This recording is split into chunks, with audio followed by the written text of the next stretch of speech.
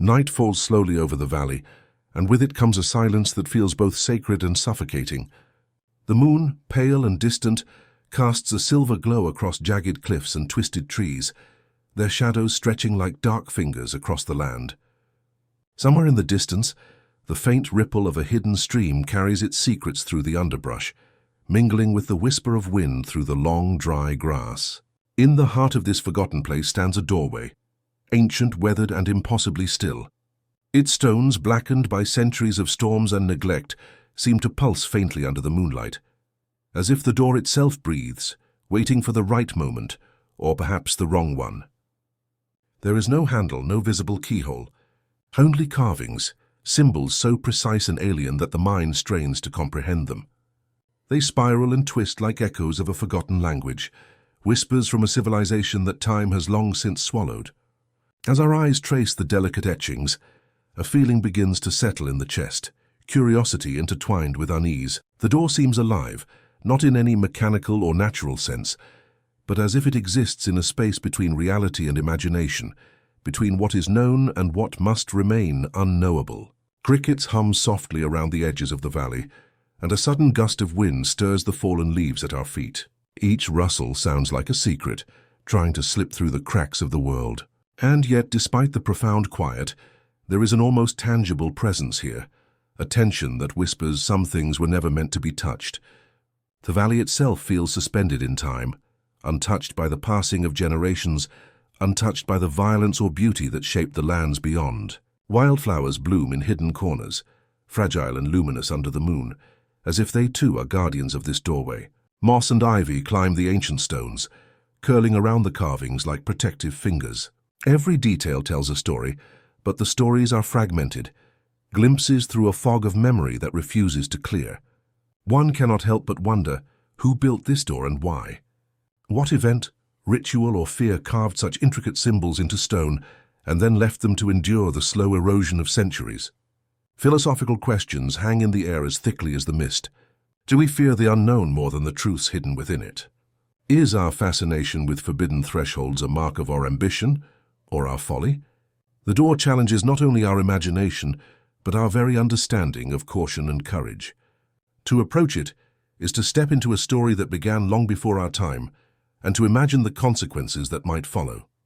Shadows twist across the carved patterns, as though they themselves are alive, dancing to a rhythm older than memory, hinting at secrets that might unravel everything we think we know. The air feels heavier here, as if the very atmosphere carries warnings in invisible ink, meant for eyes and hearts willing to pay attention. Legends whisper through the valley like smoke, curling in a dark room. Locals, when pressed, speak of voices that drift from the stones, faint and ethereal. Travelers have disappeared here, leaving behind only footprints that vanish at the edge of the forest. And yet, the door remains untouched, enigmatic and unwavering, a sentinel that dares the curious to step closer. There is beauty in its defiance, the way it resists understanding, the way it compels yet warns. It is a paradox in stone, a mixture of allure and dread, curiosity and reverence. Sight is the ultimate test of human desire, an object that promises revelation but conceals consequence. In the stillness of the night, the mind begins to wander. Perhaps the carvings contain knowledge too dangerous to survive in the hands of mortals, or perhaps they are a reminder that the universe contains places and truths we are not ready to face. Some of the symbols suggest movement, ritual, or even warnings of calamity. Others hint at stories of lost civilizations, of events so profound that even to record them required secrecy, or perhaps a fear that the world was not yet prepared. We are left to imagine what lies beyond, feeling a strange mix of reverence and apprehension. The door becomes more than wood and stone. It becomes a mirror reflecting our own yearning, our longing for understanding and the limits of human courage. As the wind carries a whisper across the valley, there is a shiver that travels not along the spine, but deep into the mind. The narrative invites us into a meditative state, where every sound, the rustle of leaves, the distant call of an owl, the faint drip of moisture from Therox, feels amplified, meaningful. Each moment stretches, cinematic and slow, as if time itself has bent, to allow the valley to breathe, to reveal and to withhold simultaneously. This is a place that asks questions without offering answers, that tests perception without granting relief, that exists in the liminal space between fear and wonder. And yet there is an irresistible pull. Despite the warnings etched in every shadow, despite the stories of those who vanished and never returned, our curiosity drives us forward. To look is human. To wonder is human. To approach a mystery without fully understanding it is the essence of our species. The door whispers not because it must, but because we listen. Each symbol, each shadow, each echo of the night becomes a conversation across time, a dialogue with the unknown, a meditation on limits and possibilities. In these opening moments, the audience is invited to journey alongside the narrator, to feel the tension of the valley, the weight of the carvings, and the silent, watchful presence of the door. This introduction is not merely a beginning, it is an immersion, a slow descent into a narrative where mystery is the language and suspense is the rhythm. The valley, the wind, the whispers, they all conspire to draw the mind into a place where imagination and reality entwine, where every question births another, and where the simple act of looking becomes an act of courage. By the end of this introduction, the door has already claimed the imagination of the viewer. It stands as both a challenge and a promise, a place where history, fear, curiosity, and wonder converge. The scene is set not only for exploration, but for reflection, for meditation, and for the quiet understanding that some stories are more powerful when they remain untold, yet ever present. And as the camera lingers one last time on the carvings, the valley, and the creeping mist, we are left with a single persistent thought. What lies beyond the threshold that noon dares touch? The stage is now set. The journey has begun. The journey begins long before the first glimpse of the valley, in the quiet stretch of winding paths where civilization seems to fade into memory. Roads become dirt tracks, and tracks become narrow trails swallowed by overgrown brambles and twisting roots. The air carries a crispness that feels almost unnatural, as if it has been filtered through centuries of isolation.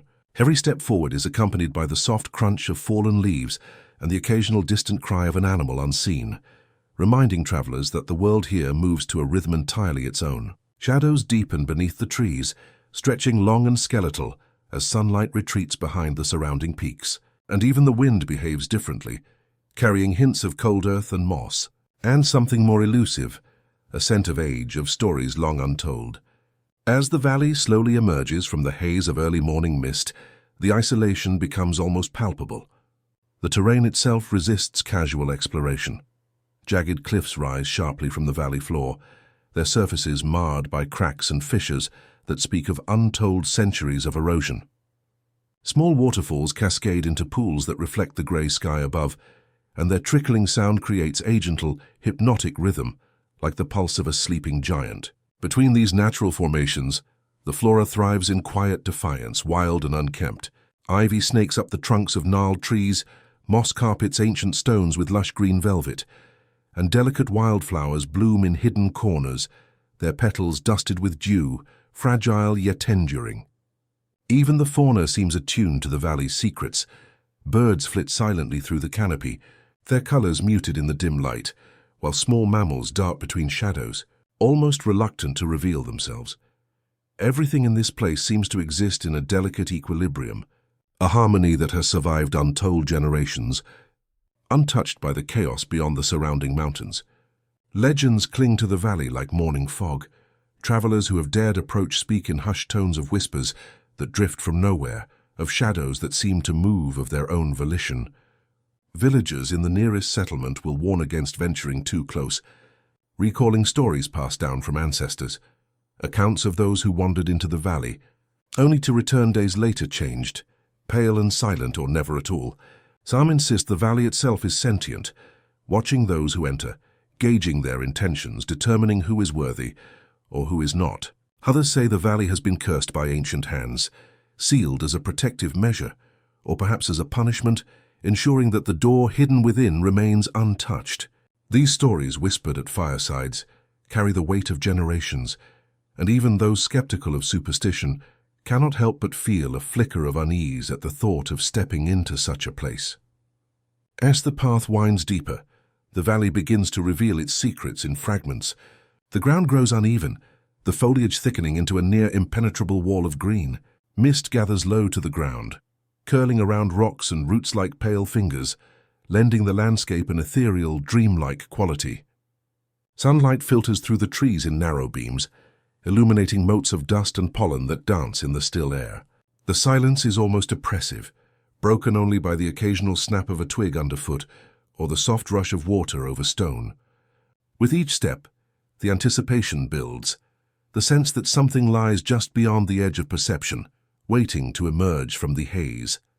And then, almost imperceptibly at first, a shape begins to take form, the outline of a structure unlike any natural formation, angular and deliberate, its presence both familiar and alien in the midst of wilderness. The first hints of the door appear through the mist, a dark vertical line unnaturally straight, breaking the rhythm of the rocks and trees.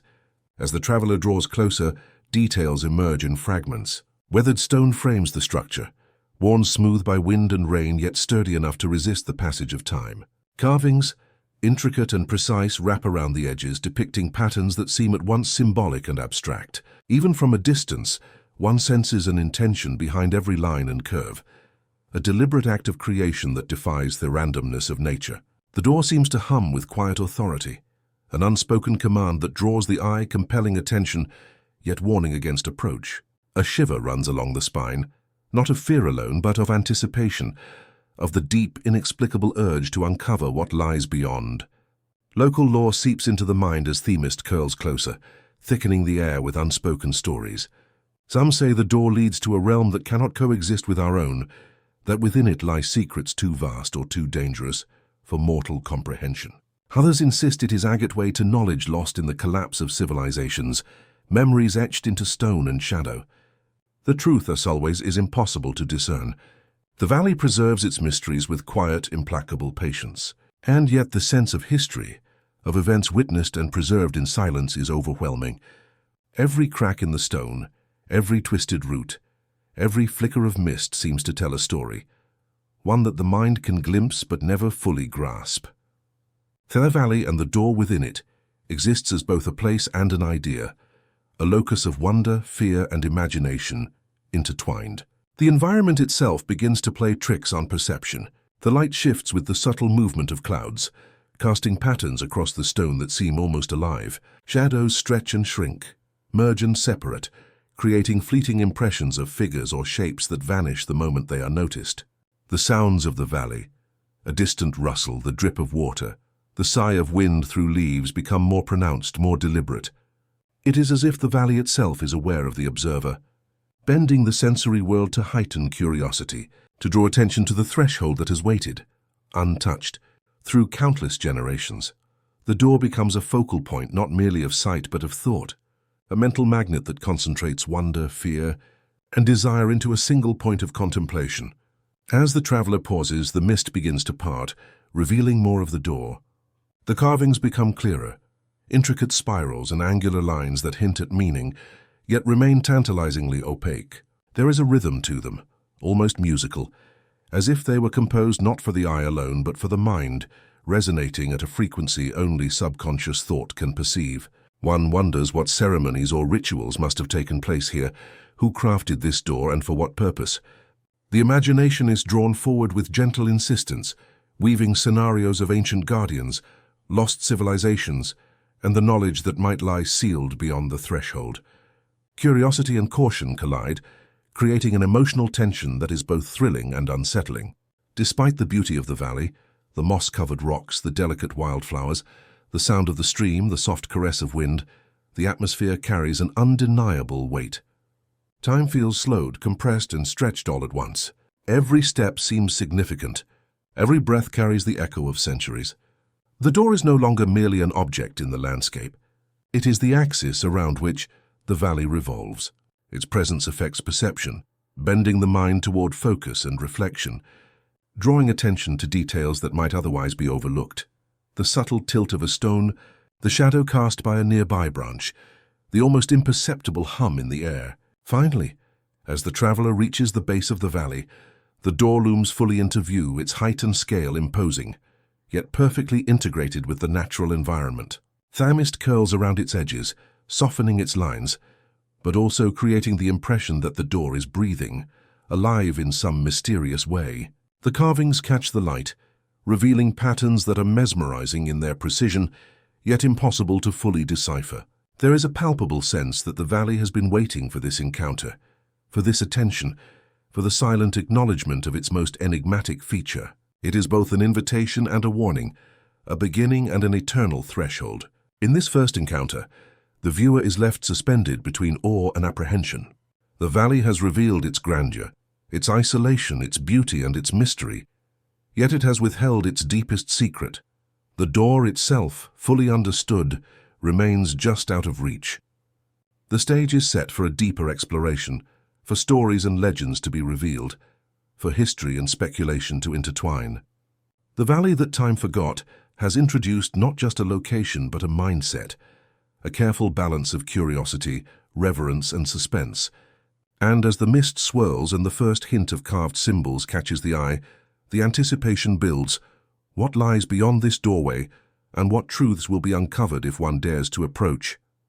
The journey has begun. As the traveler draws closer, the door begins to assert its presence not through size alone, but through the complexity etched into its weathered surface.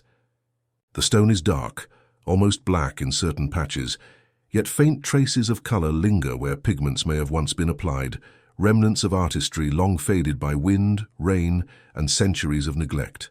Each carving is deliberate, precise and yet enigmatic, twisting and turning in ways that challenge the eye and the mind alike. Spirals converge into sharp angles, and lines that at first seem random slowly reveal patterns that hint at intention and meaning. Some shapes resemble celestial charts, others maps of rivers and mountains long vanished, and others still seem like abstract depictions of events or rituals, almost alive in their suggestion. The carvings appear to speak in silence, as though the stone itself holds breath, waiting for the mind willing to listen. The first layer of observation brings awe. The hand of the ancient artist, or perhaps the civilization itself, is undeniable. There is a rhythm, a flow to the carvings like the silent score of our song long forgotten. Eyes trace the lines following their curves, and one senses that each stroke contains both knowledge and warning. Perhaps the carvings were never intended for ordinary human comprehension. Perhaps they were meant as guidance for a select few, keepers of wisdom or guardians of secrets that the world outside was not ready to hold. Symbols echo with shapes familiar yet foreign, crescent moons intertwined with geometric grids, figures bending as though caught mid-motion in a dance we cannot fully see, shapes that suggest animals, elements, or even beings long extinct. The mind, at first overwhelmed, begins to see connections, fleeting and tantalizing like glimpsing a story through a fogged window. Closer inspection reveals faint traces of erosion that tell their own story.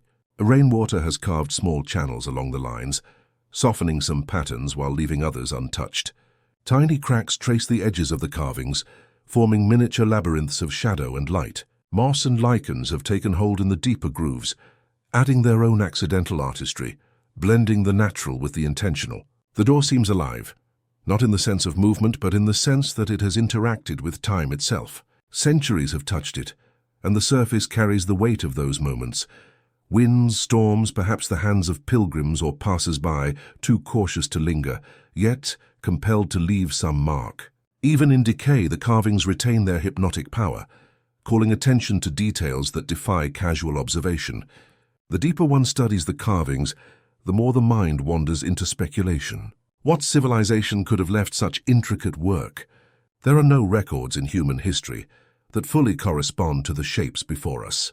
Perhaps this was a culture that thrived and vanished without leaving behind texts, without chroniclers to record their deeds. Or perhaps their knowledge was intentionally hidden, encoded in the very stones themselves. Some carvings appear to depict cycles, birth, death, and renewal, while others show strange geometric constructs that could suggest architecture, machinery, or even maps of celestial phenomena. The mind strains to reconcile these images with known history, and yet every attempt to anchor them in familiar terms fails.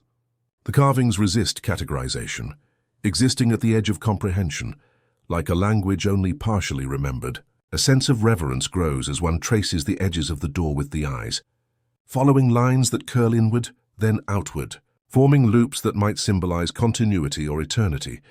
Some figures resemble humans, but elongated, stylized, their limbs drawn with a grace that borders on the abstract. Others are entirely alien, forms that provoke instinctive reactions of awe and curiosity, as if the observer is glimpsing something fundamentally other. There are faces hidden in the lines, eyes that seem to track movement, expressions frozen in stone yet animated in the mind's eye. One cannot help but wonder if these figures were meant to guide, to warn, or simply to bear witness to events the world has long since forgotten. Legends whisper that the carvings are more than art. They are memory, encoded in stone. Perhaps the lines hold instructions, rituals, or knowledge that could alter understanding of life itself. The idea is both thrilling and terrifying, that a civilization could have existed so advanced or so aware that their wisdom could only survive in cryptic symbols, impervious to casual interpretation. Scholars of history would call them enigmatic or untranslatable, yet there is a rhythm, a pulse in the carvings that speaks to the instinct. Not just intellect, observers find themselves drawn into the patterns, following spirals as though tracing a path laid out centuries ago, feeling the subtle tension between revelation and danger. The carvings also evoke warnings, though these are subtle and nuanced. Angular lines intersect spirals in ways that suggest restriction, barriers, or forbidden paths. Certain symbols, sharp, almost jagged, appear at intervals like punctuation, marking pauses or moments of emphasis. One might interpret these as cautionary, as though the creators understood that what lies beyond the door is not to be approached lightly. Every line seems to resonate with the tension between curiosity and restraint, knowledge, and danger. One cannot ignore the instinctive sense that the carvings are alive in another way. They manipulate perception, drawing the mind toward questions and away from certainty. The more one studies, the more the carvings demand respect. Patterns emerge that hint at narratives long erased. Figures appear in sequences, performing acts that suggest ritual or ceremony. There are depictions of gatherings beneath celestial alignments, of offerings placed in precise arrangements, of beings, human, animal, and possibly spiritual, interacting in complex dances or rites. The carvings invite interpretation, yet deny certainty, leaving the mind oscillating between understanding and bewilderment. There is a rhythm to these stories, a cinematic quality, as if the events unfold in a silent tableau that spans the door's entire surface. One can almost imagine shadows moving along these lines at dawn or dusk, acting out the lives of those who once walked this place, long before history was written or remembered. A closer look reveals that some carvings correspond to natural phenomena. Symbols resembling the phases of the moon, the course of the sun, and the positions of stars suggest a civilization deeply attuned to celestial patterns. Some grids and geometric shapes could indicate maps, or perhaps frameworks for astronomical observation. There is an elegance to their design, a subtle precision that implies knowledge far beyond the ordinary. It becomes impossible not to speculate. Did this civilization observe the heavens to navigate their world, or were these carvings a form of communication, a message for those who would come after? And if so, what truths were they trying to convey? As the sun shifts across the sky, the carvings interact with the light in ways that seem intentional. Shadows fall along grooves and edges, highlighting different symbols at different hours, revealing hidden sequences only visible under certain conditions. One imagines the original creators understanding the play of light and shadow, designing their work to be a living message, a performance frozen in stone. It is a reminder that time itself is part of the door's language, that the carvings are not static, but dynamic in the mind and spirit of those who observe them. The carvings, while silent, create a dialogue between past and present. The observer is drawn into their cadence, feeling both insignificant and intimately connected to the long-gone hands that shape the stone. The mind begins to wander into what-ifs. What knowledge could have been lost with this civilization? What truths did they encode in patterns too subtle for common eyes? Were they trying to warn future generations? Or were they leaving behind a gift for those who dared to seek it? The emotional tone of awe mingles with a nervous curiosity as the carvings insist that the observer not merely look, but think, feel, and imagine. By the time the traveler steps back, the door has transformed from a mere object into an experience, a threshold of understanding, a puzzle, and a reminder of the vastness of human ambition and limitation. The carvings have conveyed their purpose without words, impressing upon the mind that knowledge, wisdom and caution are intertwined, that curiosity is a double-edged blade, and that some mysteries are meant to inspire respect more than revelation. Every line, every spiral, every hidden face leaves an imprint, a lingering question. What would happen if the door were opened? The valley that time forgot fades slightly into the background as the focus remains on the door and its enigmatic surface. The carvings have done their work. They have awoken curiosity, inspired wonder, and hinted at danger, leaving the viewer eager for more. They build the narrative tension, compelling a desire to uncover the secrets hidden behind the door without fully knowing the consequences. In this moment, the carvings are more than symbols. They are the voice of a civilization lost to time, a bridge between what has been and what might still be discovered. As the mist curls around the doorway and the valley grows quiet once again, the carvings hold the gaze, almost daring the observer to decipher them. The air feels heavy with possibility, with warnings unspoken and with the thrill of curiosity. The scene closes with a subtle foreshadowing, leaving the mind captivated. The door is no longer just a threshold. It is a question, a challenge, a silent story waiting for those who dare to listen. The need to understand its purpose grows, setting the stage for the deeper mysteries that lie ahead. The valley grows quieter as dusk settles, yet in the hush of approaching night, a different kind of sound begins to merge. Not the chirping of birds or the rustle of leaves in the wind, but something subtler, almost imperceptible at first. A faint murmur carried through the trees, brushing against the ears like a secret being passed in confidence. Travelers who have dared venture close to the ancient doorway speak of it in low, hurried tones. Some describe it as a chorus of indistinct voices, overlapping and distant, as though hundreds of people are speaking at once, yet saying nothing at all. Others claim it is more personal, a whisper that seems directed at them alone, carrying a tone that teeters between curiosity and warning. The wind, which earlier felt neutral and calm, now appears to act as a messenger, channeling something unseen from the valley's hidden depths. These whispers are not consistent, not predictable. They rise and fall with the rhythm of the valley, sometimes barely audible, sometimes swelling as if carried by a sudden gust. Leaves stir without wind, shadows tremble along the forest floor, and the sound shifts in timbre, from soft consonants to elongated vowels that feel almost musical. Some travelers swear the whispers mimic words they once spoke aloud, echoing fears and regrets back at them in a distorted, ghostly cadence. Others report hearing the voices of people long gone, parents or siblings long deceased, speaking from just beyond the veil of comprehension. It is an auditory hallucination that exists in the fine line between reality and imagination, and no two accounts match precisely. Yet the effect is undeniable. The whispers unsettle the mind, provoke reflection, and plant the seed of doubt, whether this is the valley speaking, some natural phenomenon, or the projections of the human psyche itself. The locals, those who have grown up within sight of the distant valley, tell stories passed through generations. Some say that the wind carries the voices of ancestors who once lived in the area, trapped in limbo, repeating fragments of life over and over. Others warn that those who approach the valley and listen too closely risk their sanity, as if the whispers have a way of weaving into the mind, coiling around thought and memory like ivy on stone. Villagers speak of people who return from the valley changed, their eyes distant, their speech altered, always leaning towards silence when asked what they heard. Some refuse to return at all, leaving families behind, drawn inexplicably into the folds of the mist and shadows that obscure the doorway. Each story amplifies the mystique, leaving the traveler with a sense of quiet dread, yet also an irresistible curiosity to hear for themselves.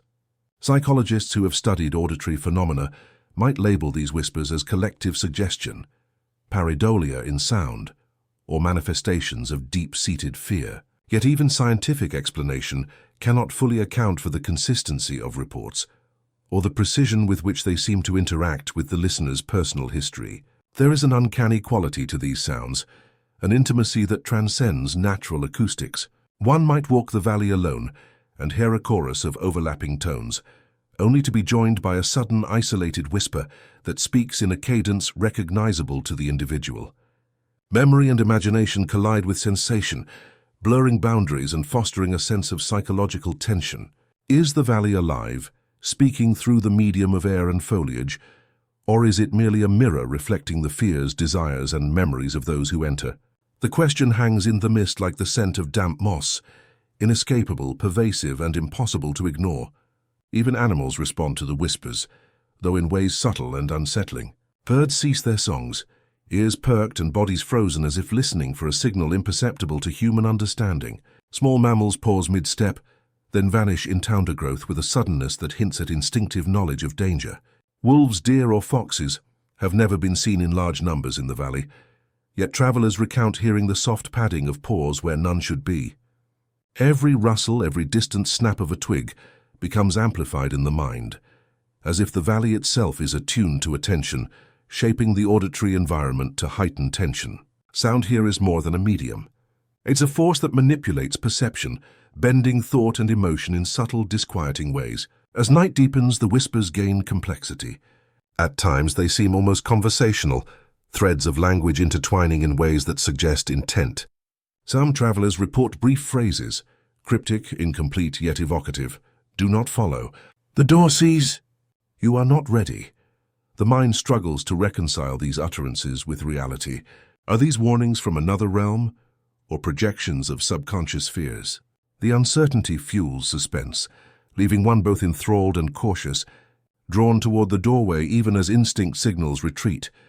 There is a magnetic quality to the whispers, a pull that is impossible to ignore, and yet the more one tries to interpret them, the more their meaning eludes grasp, slipping into ambiguity like shadows at dusk. Stories of the valley's auditory phenomena extend beyond individual accounts. Old journals and travel logs recount similar experiences from centuries past. Explorers from distant lands describe hearing what they thought were conversations in unfamiliar languages, only to realize the tones were oddly familiar, evoking memories they had never spoken aloud. Some accounts suggest that the whispers carry knowledge, hints of lost civilizations, encoded in pitch, rhythm, or pattern. Others imply that the valley has a protective function, its voices warning intruders away, safeguarding whatever secrets lie behind the ancient door. The line between myth and reality blurs further with every record, layering historical curiosity over psychological uncertainty. Even in moments of silence, the anticipation of sound transforms perception. A sudden gust of wind becomes the prelude to voices, the creak of a branch, the introduction to unseen speakers. The mind is attuned to pick up faint vibrations, interpreting them as intention, significance, meaning. In this way, the whispers act as both lure and test. They awaken curiosity, force reflection, and establish a profound emotional connection to the valley. The effect is cinematic. One feels suspended in a liminal space where each sense is amplified, each thought heightened, each shadow potentially alive. The valley is no longer just a landscape. It is an active participant in the narrative, shaping experience and emotion through sound. As hours pass and the moon climbs higher, patterns emerge in the whispers themselves. They shift in tone according to the listener's movement, the angle of approach to the door, the pace of their breath. A pause can trigger a sudden clarity in one phrase. A hurried step can dissolve sound into white noise. Some travelers describe auditory illusions, where words seem to form and dissolve with the mist, creating sentences that feel almost meaningful, yet cannot be parsed. The valley seems to test those who enter, offering glimpses of understanding only to withdraw them, fostering a psychological tension that is both exhilarating and unnerving. It is an intricate game of attention, perception, and instinct, orchestrated by the valley itself. The door begins to feel alive under this influence. No longer merely stone, it becomes a participant, a presence that seems to respond to the whispers, or perhaps to the human observer's attention. The carvings, already enigmatic, take on new meaning as shadows cast by the moonlight emphasize certain symbols in rhythm with the wind's voice. One cannot separate the door from its environment. The valley, the mist, the rustle of leaves, the low hum of water, all merge into a single immersive experience where reality and imagination entwine. The sense of danger is subtle but undeniable. The door is no longer a passive object but a sentinel, aware and deliberate, signaling that curiosity carries weight and that the consequences of crossing this threshold may be profound. The psychological tension builds further when groups of travelers recount collective experiences. Even when separated by distance, People report similar whispers, as if the valley itself communicates in universal language beyond spoken words. Some speak of feelings of being watched, of brief glimpses of movement in the mist that vanish before fully seen. Others describe sudden chills, the sensation of breath on the nape, or an inexplicable heaviness in the chest. The auditory phenomena merge seamlessly with emotional response, creating a state of heightened awareness that feels both intimate and terrifying. The valley and the door within it is no longer merely a location. It is a sentient environment that responds to presence, intent, and thought. By the time the night has fully claimed the valley, the whispers have left a permanent imprint on the mind. The observer is left with lingering questions. Are these sounds a product of the mind, or of something far older and wiser than humanity? Are the voices warnings, guidance, or a test of curiosity itself? The suspense is delicate yet pervasive, threading every breath and every movement with anticipation. The mind oscillates between awe and dread, curiosity and caution, creating an emotional resonance that will endure long after leaving the valley. The door, carved in stone and shrouded in mist, is no longer inert. It hums with significance, alive in the perception of those who have dared to listen. The section closes with a lingering sense of unresolved tension. The whispers fade into the night, leaving only the faint rustle of leaves and the steady rhythm of distant water. Yet the mind remains alert, sensitive to possibility, and drawn inexorably toward the door. The experience has transformed perception.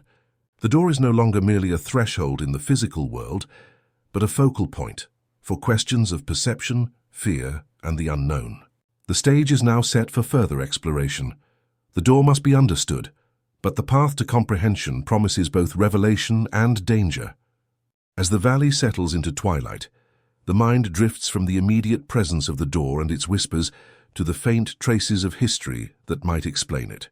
The air feels heavier here, saturated not only with mist and shadow, but with centuries of forgotten knowledge. Scholars, adventurers, and villagers alike have long speculated about the existence of texts, fragments of ancient chronicles, and forbidden manuscripts that reference the door. These writings are scarce, scattered across time and geography, preserved only in hidden libraries, personal collections, or oral traditions that survived by the narrowest thread. Each fragment hints at a civilization advanced in ways that modern understanding struggles to encompass, and each contains warnings, enigmas, and cryptic records that suggest the door's purpose has been deliberately concealed for millennia. Among the fragments are descriptions of structures remarkably similar to the door. Some accounts speak of colossal gateways carved into stone, adorned with symbols whose meaning has been lost, yet whose intent was clear. These thresholds were not meant for casual entry. Ancient scholars referred to them as sentinels of knowledge, guards of truth, or even doors of consequence. Legends vary, but a persistent theme emerges. These doors were never ordinary. They were portals, both literal and metaphorical, designed to safeguard wisdom, power, or phenomena that humanity was not yet prepared to face. In some texts, the doors are associated with immense energy, a force that could reshape landscapes, alter perception, or even affect the natural order. The chroniclers speak in reverent fear, as though mere words cannot fully contain what they describe, leaving readers with a lingering sense of awe and danger intertwined. One fragment, recovered from a codex in a private collection in northern Europe, describes a door much like the one in our valley. The text speaks of a civilization that mapped the heavens with precision and encoded cosmic knowledge into stone.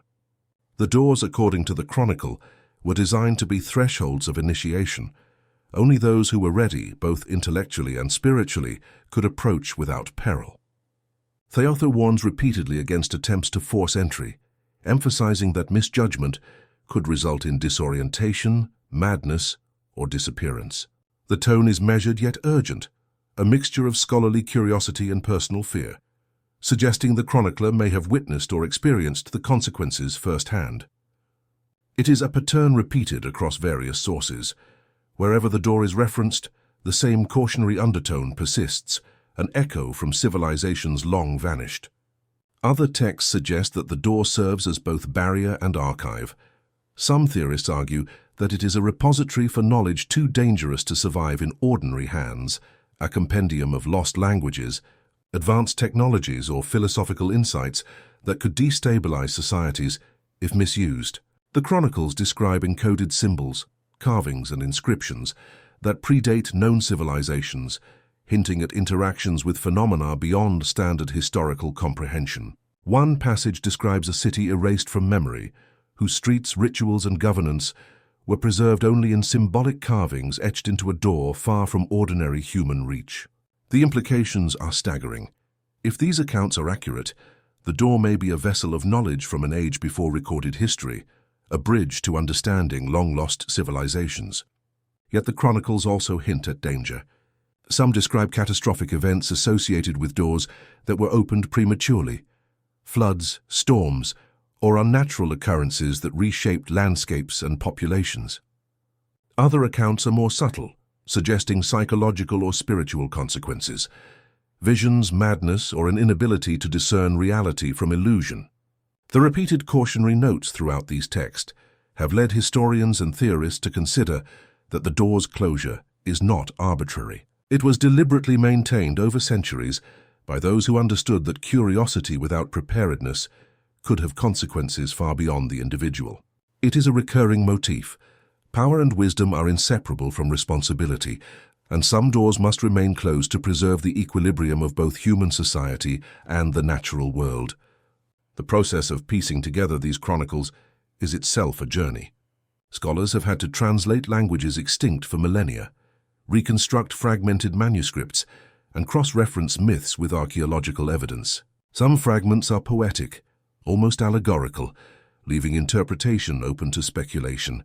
Others are painstakingly precise, almost technical in their descriptions of symbols, architecture, or celestial alignments.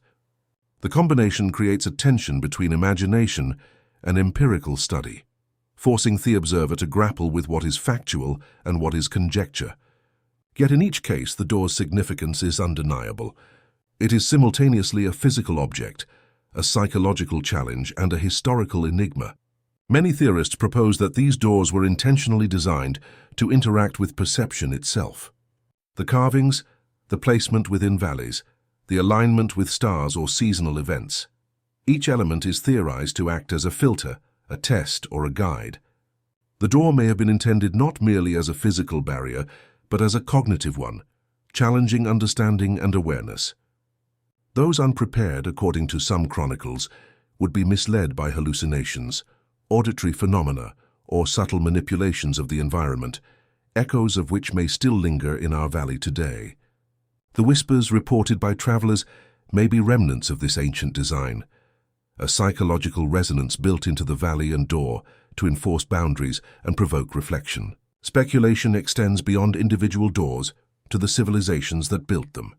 Some suggest that multiple advanced cultures, separated by time and space, independently arrived at similar designs for thresholds of knowledge.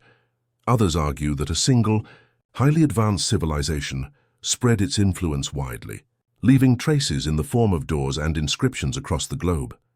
Artifacts, ruins, and fragmented chronicles occasionally align with the motifs found on the door, hinting at a network of hidden knowledge. The psychological effect is profound. One begins to consider the possibility that the door is both local and global, a single node in a much larger, deliberately hidden web of wisdom and danger.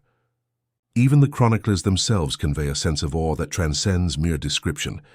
They write of feelings of reverence and dread, of encounters with knowledge that seem to surpass human understanding. One text recounts a scholar approaching a door similar to ours, experiencing visions of cities rising and falling, stars wheeling across the sky in impossible patterns, and languages forming and dissolving in the mind. The author concludes that comprehension is never complete, and that the act of observing the door is as significant as opening it. This intertwining of observation, imagination, and respect is a recurring theme. The door teaches not by revealing, but by provoking contemplation. It challenges intellect, imagination, and morality simultaneously, creating an enduring narrative that bridges centuries. Yet for all the fascination and intellectual allure, a darker thread persists. Some chronicles warn of human arrogance, the desire to conquer or exploit the unknown. They recount attempts to bypass caution, town-lock doors prematurely, and the disastrous consequences that followed. Entire settlements vanished from memory. Natural phenomena became unexplainable, and survivors spoke only in fragmented accounts of fear and revelation. These warnings are embedded in allegory, metaphor, and fragmented fact alike, but their repetition across time and geography reinforces a single idea. The door is not merely a curiosity, it is a responsibility, a guardian of thresholds we may not be prepared to cross. The emotional tone of these chronicles oscillates between intrigue and caution. They provoke intellectual curiosity, inviting readers to explore history, symbols, and lost civilizations. At the same time, they imbue a sense of foreboding, of unmeasured consequences, of knowledge intertwined with danger. The act of studying these texts mirrors the act of approaching the door itself. Each line, each symbol, each fragment carries weight, requiring focus, reflection, and respect. The Valley, the Door, and the Chronicles form a continuum. Experience, observation, and interpretation are inseparable. By the time the observer steps back from the texts, the connection between past and present is palpable. The door is no longer merely an object. It is a culmination of knowledge, memory, and intention. The fragments of forbidden chronicles serve as both guide and warning, illuminating the depth of human curiosity while underscoring the potential cost of trespassing beyond comprehension. They provoke questions. Who were these civilizations? What knowledge did they preserve or protect? And perhaps most importantly, why was it deemed necessary to remain hidden for so long? Each question deepens intrigue, establishing the intellectual and emotional tension that will drive the narrative forward. The Forbidden Chronicles have done their work.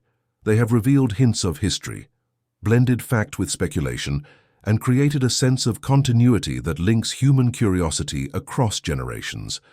They establish the door not merely as a physical threshold, but as a symbol of knowledge, power, and caution, a touchstone for exploration and reflection. The Valley, already alive with whispers, becomes our repository of history and imagination, bridging the sensory and intellectual realms.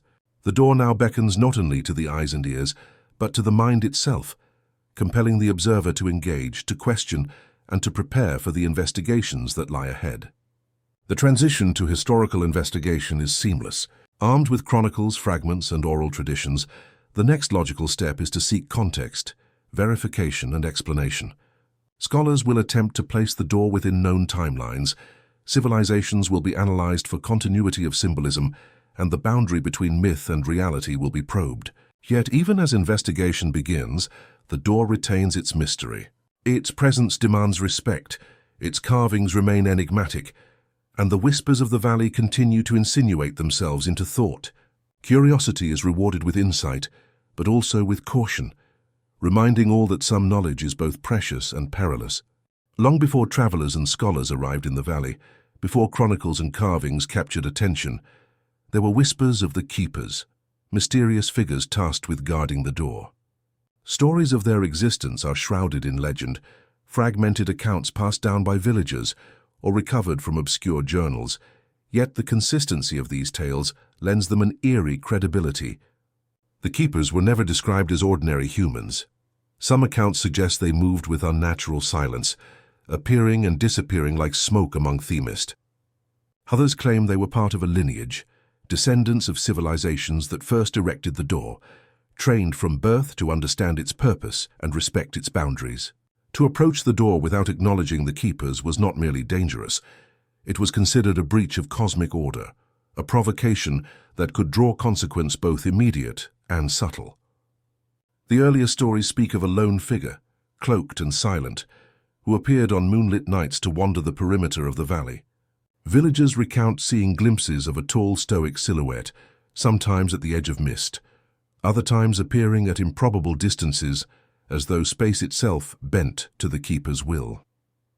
Those who approached the valley recklessly or out of sheer curiosity often returned shaken, describing sensations of being watched, followed, or subtly manipulated.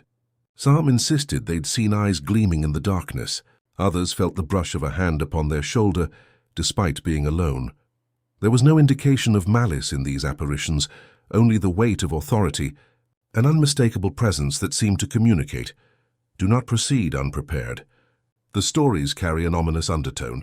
Defiance of this unseen authority would not go unnoticed. Over centuries, some individuals tried to defy the warnings. Explorers, scholars, and adventurers attempted to pierce the veil of secrecy, believing that knowledge outweighed fear.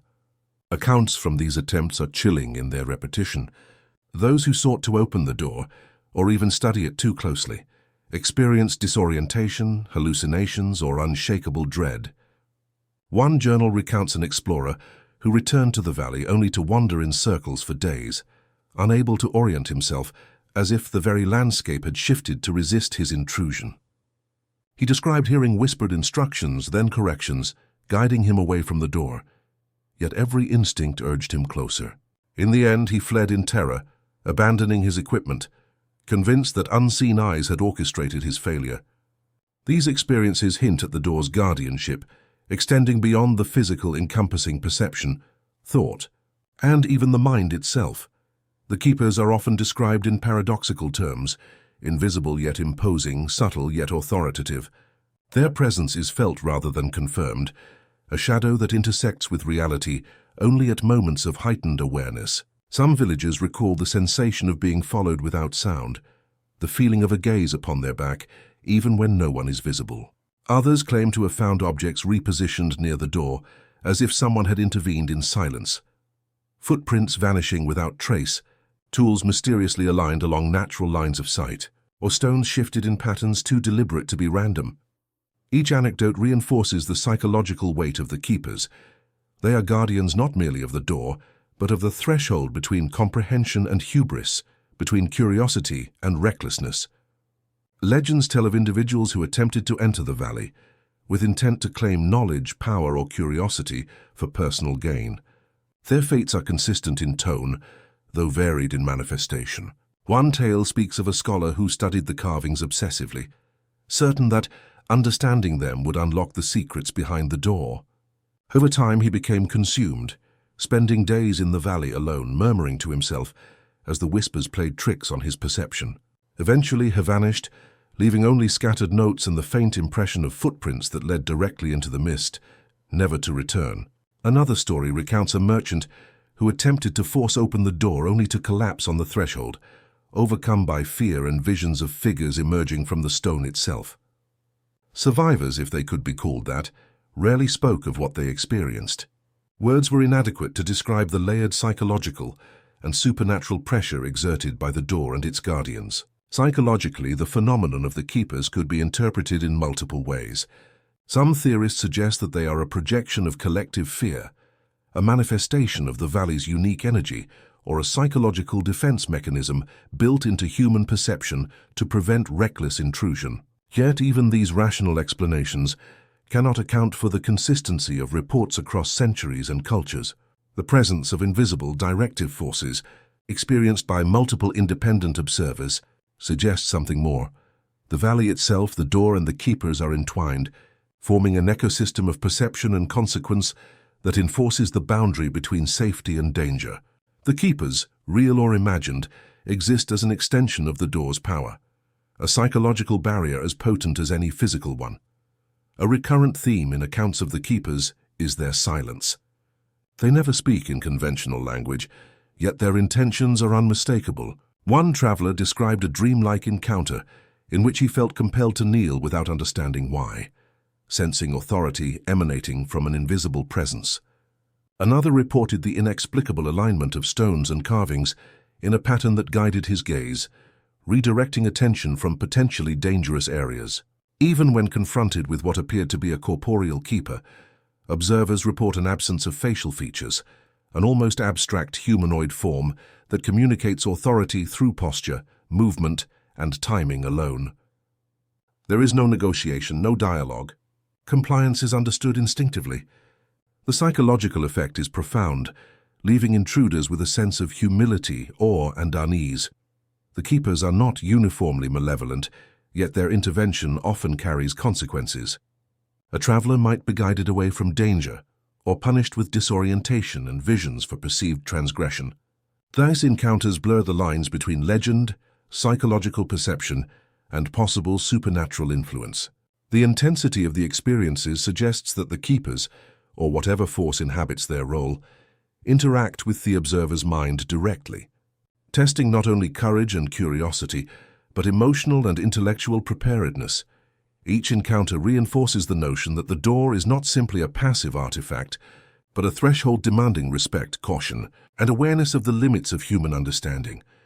Historical accounts lend further complexity to the lore of the Keepers.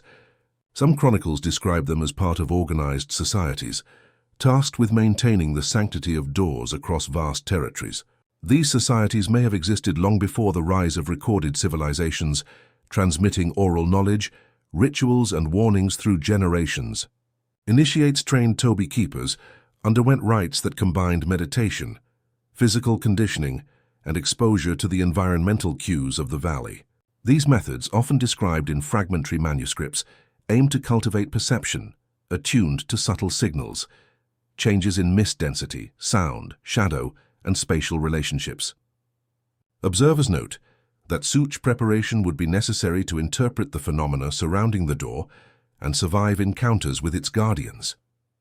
In some stories, the Keepers themselves became part of the door's lore, merging legend and reality.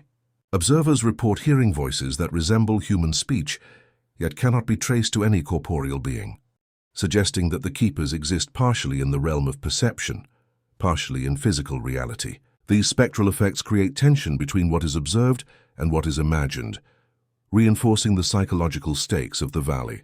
The boundary between myth and history blurs. The door, the Keepers, and the valley coalesce into a single entity, challenging observers to confront not only external mysteries, but the landscape of their own minds. The darkest tales involve transgression. Those who approach the door with intent to exploit, steal, or force entry often disappeared entirely, leaving no trace beyond disturbed earth and scattered personal effects. Survivors of near transgressions recount visions of being confronted by shadowy figures chased through the mist or trapped in loops of perception that seem to stretch hours into days. These experiences reinforce the sense that the Keepers enforce balance and that human arrogance is met with immediate or prolonged consequence. The valley is not cruel in a conventional sense. It is deliberate, precise, and unyielding, a realm where boundaries are absolute and curiosity without respect carries tangible danger. The psychological dimension cannot be overstated. Observers consistently report the sensation of presence, of being watched, of subtle manipulation of sensory input. Shadows lengthen unnaturally, whispers blend with environmental sounds, and footsteps seem echoed or mirrored in impossible ways. These phenomena create a profound sense of unease, compelling respect and obedience, even in the absence of direct confrontation. The Keepers, real or perceptual, exist as an integral mechanism of the door's guardianship, enforcing limits and guiding interaction with the threshold.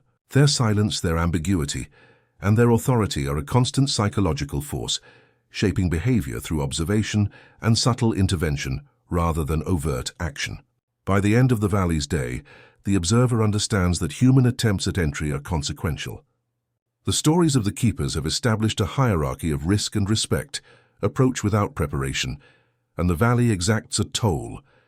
Approach with mindfulness and humility and insight may be gained, though always at a measured pace. The stakes are raised not only for physical safety, but for psychological and existential stability. Every tale reinforces the idea that the door is not an object to be conquered, but a threshold to be respected, a liminal space where human curiosity, intelligence, and restraint are tested. The Keeper's shadow lingers long after the valley grows quiet. The silhouettes in mist, the echoes of footsteps, the sensation of unseen eyes, all combine to create an atmosphere of dark suspense, a psychological weight that resonates with the observer. Curiosity is tempered with caution, awe is mingled with dread.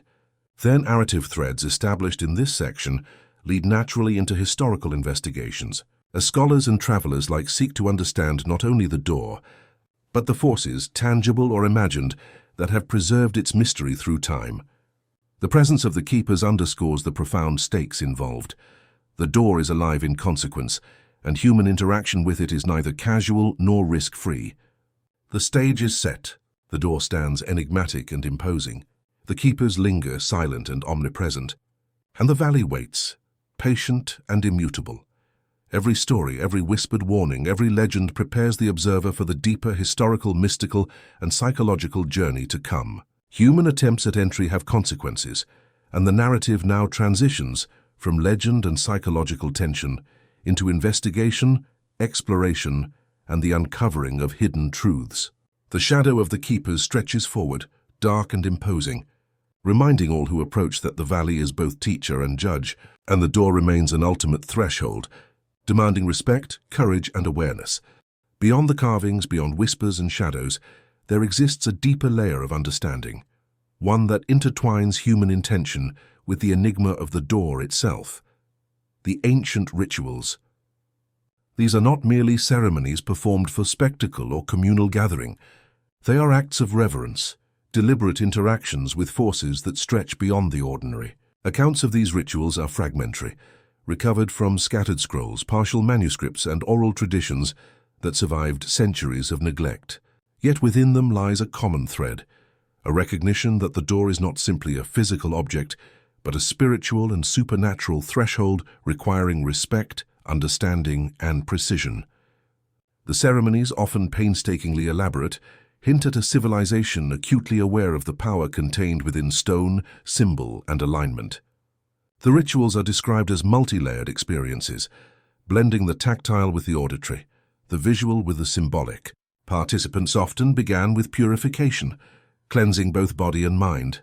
Herbs, incense, or smoke from sacred fires were used to create a liminal space, separating the ritual from mundane reality.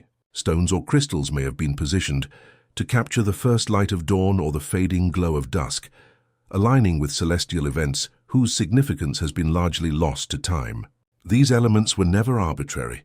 They were intentional, designed to harmonize human consciousness with the energies the door was believed to hold. Participants approached with humility, aware that the slightest misalignment could disrupt the ceremony, potentially invoking forces they were not prepared to face. Incantations form a critical component of the rituals. They were not prayers in the conventional sense, but precise utterances, carefully chosen syllables believed to resonate with both stone and air, with time itself. Some incantations were melodic, sung in unison to create harmonic vibrations that carried through the valley, reinforcing focus and communal intention. Others were whispered, repeated in cycles that required memory, precision, and concentration, as if the cadence itself held meaning beyond the literal. Scholars suggest that these sounds may have been designed to align with natural frequencies of the stone or the surrounding environment, enhancing perception or opening channels between human consciousness and whatever lay behind the door. Participants believed that the words were living agents, capable of invoking protection, revealing insight, or even summoning phenomena imperceptible to ordinary senses. Ceremonial objects played a complementary role. Small figurines carved from wood, bone, or stone represented abstract concepts or ancestral spirits. Bowls, chalices, or vessels held liquids, powders, or sacred elements used in purification or offerings. Ropes or cords, sometimes marked with symbols, were arranged in patterns on the ground to denote paths of energy, cycles of time, or directional guidance. Each item was imbued with purpose, carefully prepared according to precise specifications, and often layered with symbols that mirrored the carvings in the door. Even the simplest object could hold profound significance, acting as a conduit between observer and threshold, between intention and consequence. The meticulous preparation underscores the civilization's awareness that engagement with the door was not casual. Every detail mattered, every movement carried weight. Several accounts describe rituals performed during astronomical events. Eclipses, solstices, equinoxes, and specific alignments of planets were believed to amplify the doorway's power. Observers suggest that the original builders recognized patterns within the cosmos and incorporated them into ritual design, understanding that certain energies peak or converge at predictable intervals. The timing of ceremony, combined with incantation and object placement, may have created experiences that modern visitors describe as mystical, surreal, or even transformative. Participants reported heightened awareness, visions, and a sense of unity with forces beyond their immediate perception. These experiences were rarely casual. They required focus, discipline, and respect, reinforcing the idea that the door exists at the intersection of human and otherworldly knowledge. Some rituals were protective in nature. Chroniclers describe ceremonies intended to ensure the door remained closed, to safeguard its contents from unprepared hands or malevolent intent. Participants enacted gestures and chants designed to strengthen boundaries, creating a metaphysical seal reinforced by human belief and cosmic alignment. These acts suggest an understanding that the door's influence could extend beyond the material, that spiritual or psychic forces might be as potent as any physical barrier. The emphasis on safeguarding highlights the duality of the doorway's significance. It is at once a repository of knowledge and power and a threshold whose exposure carries risk. The rituals embody this tension, blending reverence with caution or with responsibility. Other rites were exploratory or summoning in nature. Select initiates, carefully trained and prepared, may have been allowed to engage more directly with the doorway.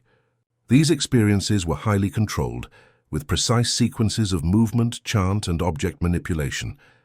Accounts describe moments where perception seemed to extend beyond ordinary limits, visions of landscapes, symbolic tableaux, or temporal anomalies that suggested insight into the civilizations that erected the door or the forces it contained.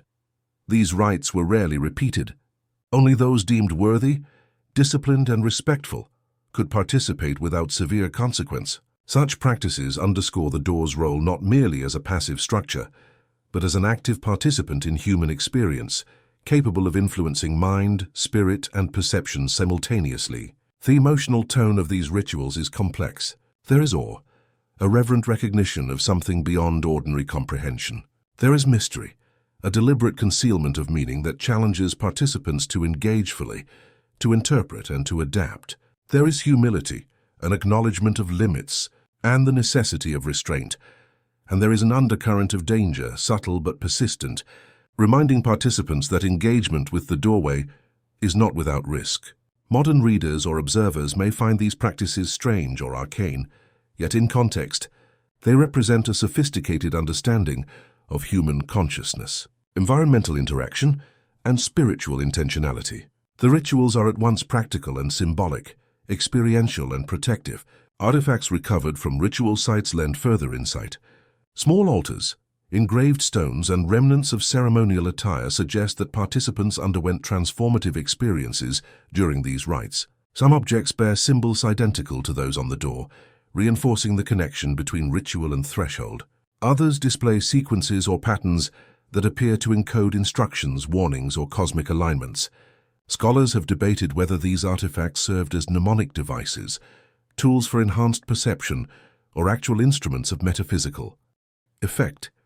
Regardless of interpretation, the correlation between ritual objects and the doorway's design is undeniable, reinforcing the idea that human action and environmental context were integral to understanding, approaching, or safeguarding the threshold. The valley itself may have been considered an essential participant. Mist, wind, water, and vegetation are consistently mentioned in chronicles as components of the ritual experience. Movement through the valley was deliberate, each step along natural contours potentially aligning with symbolic or energetic patterns. Certain locations appear repeatedly in accounts: stone clearings, river crossings, or elevated ridges. These spaces were likely chosen for acoustic, visual, or symbolic significance, enhancing the perception of the doorway and the effectiveness of ritual practice. The environment and ceremony are inseparable. The doorway does not exist in isolation, but as the focal point of a dynamic, responsive landscape shaped by human attention and intention. Some accounts describe participants entering meditative or trance-like states during ritual practice. Focused repetition of incantations, synchronized movement, and exposure to symbolic stimuli were believed to open perceptual channels, allowing interaction with phenomena normally imperceptible. Observers often describe experiences of timelessness, heightened awareness, and a sense of unity with forces beyond the immediate. These experiences reinforce the idea that the door's significance is not purely physical. It is cognitive, emotional, and spiritual. Participation in ritual is not mere observation. It is immersion, a deliberate alignment of mind, body, and environment with the threshold's deeper significance. The cumulative effect of these rituals is profound. They reinforce the door's sanctity, its potential for both revelation and danger, and the necessity of respect. Participants emerge transformed, aware of forces beyond ordinary perception, attuned to subtle signals and conscious of human limitation. For those who engage with the doorway indirectly, through study, observation, or secondary accounts, the rituals provide insight into the meticulous preparation, psychological awareness, and spiritual intention that characterized the original custodian's approach. The door, already mysterious, becomes even more complex, simultaneously physical, symbolic, and supernatural, demanding attention on multiple planes of perception. Modern interpretation is inevitably speculative, yet the resonance of these rituals is undeniable. Researchers and visitors report sensations, coincidences, and experiences that echo the principles embedded in the rites. Alignment with natural phenomena, attentive movement, and sustained focus yield heightened awareness of the doorway's carvings, its whispers, and the environmental subtleties of the valley. Though contemporary engagement lacks the formal structure of ancient rites, the underlying principles, respect, preparation, mindfulness, and attunement, remain valid. The doorway continues to demand reverence, regardless of era or understanding, preserving the essence of its original guardianship. The section closes by reinforcing the doorway's layered significance. Rituals, artifacts, and incantations collectively demonstrate that the door is not merely a stone threshold, but a nexus of human, spiritual, and environmental interplay. The valley, the mist, the carvings, and the whispers all converge to create an experiential continuum in which participation, direct or indirect, carries consequence, insight, and risk. The door's spiritual and supernatural significance deepens, emphasizing that human interaction is never casual, and that understanding requires engagement across intellectual, emotional, and intuitive domains. The stage is set for further exploration. The next sections will examine historical investigation, attempts at interpretation, and the interplay between observation, perception, and consequence. The door, framed by its rituals, emerges as an enduring mystery, both an object of human curiosity and a participant in shaping experience. As the observer contemplates the valley, the mist, and the echoes of ceremonies long past, one understands that engagement with the threshold is a sacred act, demanding awareness, humility, and patience, and that the mysteries it holds are only partially revealed to those willing to approach with reverence. The valley grows quieter at twilight, yet the stories of those who once walked its paths remain vivid, echoing through time like whispers carried on the wind. Travelers, explorers, and historians drawn to the ancient door often began with confidence, journals in hand, their curiosity fueled by legend and the promise of discovery. Some were scholars, seeking to connect the fragments of forbidden chronicles with tangible reality. Others were adventurers drawn by thrill, ambition, or a desire to claim a secret for posterity. Yet nearly all accounts converge in one haunting fact: some footprints never returned. Individuals simply vanished, leaving behind echoes of human presence without trace of what had become of them. The phenomenon defies rational explanation, blurring lines between natural misfortune, psychological strain, and forces beyond ordinary perception. Historical records describe travelers who meticulously planned their approach. Maps were drawn, distances measured, and supplies carefully prepared. A historian from the late 19th century, for instance, kept a detailed journal of his expedition. His entries reveal a gradual shift from scholarly observation to creeping unease. At first, the valley appeared serene, almost inviting. Birds sang faintly in the trees. The wind was gentle, and sunlight danced across leaves like liquid gold. Yet as he drew closer to the door, subtle irregularities emerged. The shadows stretched unnaturally, sounds echoed in ways that contradicted expectation, and footsteps seemed mirrored in places where no other human walked. By the third day, he documented hearing voices, soft, unintelligible, yet unmistakably human, emanating from the mist. On the fourth, he vanished entirely, leaving his journal as the only testimony of his journey. Folklore adds layers of psychological tension. Villagers recount figures who entered the valley and never returned, their departures accompanied by strange phenomena. Some describe the smell of burnt incense appearing inexplicably, even when no fire had been lit. Others speak of seeing fleeting silhouettes in mist, glances of movement from the corner of an eye, only for nothing to remain when directly observed. In one account, a group of explorers approached a clearing near the door and found a set of footprints leading in circles, returning to the same point without deviation. The pattern suggested someone or something was manipulating their path, guiding, confusing, or perhaps warning them. These narratives blend natural observation with the uncanny, leaving the mind uncertain of what is real and what is perception altered by tension, fear, and expectation. The valley seems to amplify human perception, bending time, space, and sound in ways that heighten disorientation. Explorers report losing track of distance and direction, as if the landscape subtly shifts to obscure landmarks or create false pathways. Compasses and maps often fail to align, and familiar terrain becomes unfamiliar within moments. One historian describes a day when sunlight appeared to bend unnaturally, illuminating shadows in impossible directions. He wrote of walking in a straight line, only to find himself back at the entrance he had left hours before. These accounts suggest that the valley itself acts as a sentient participant, responding to presence and intention, subtly guiding or confounding those who dare approach the doorway. Accounts of psychological strain are pervasive. The stress of isolation, combined with the uncanny qualities of the environment, produces effects akin to hallucinations or altered perception. Travelers speak of hearing their own names whispered, footsteps behind them when none exist, or sensations of being gently touched by unseen hands. Some describe fleeting images in the mist, faces, figures, gestures that vanish when focused upon. The experiences are individualized, yet share thematic consistency, implying an external source of influence, whether natural, psychological, or supernatural. The boundary between observer and environment is fragile. The valley acts not merely as landscape, but as active participant in the unfolding story of each explorer. Historical records provide chilling examples. A cartographer in the early 20th century meticulously documented the door and surrounding valley for several weeks. On the seventh day, he noted a creeping anxiety he could not shake, describing the mist as alive and listening. His final journal entry records a decision to approach the door itself, noting that he felt compelled by unseen forces. Subsequent investigations found his campsite intact, his equipment undisturbed, yet he had disappeared without trace.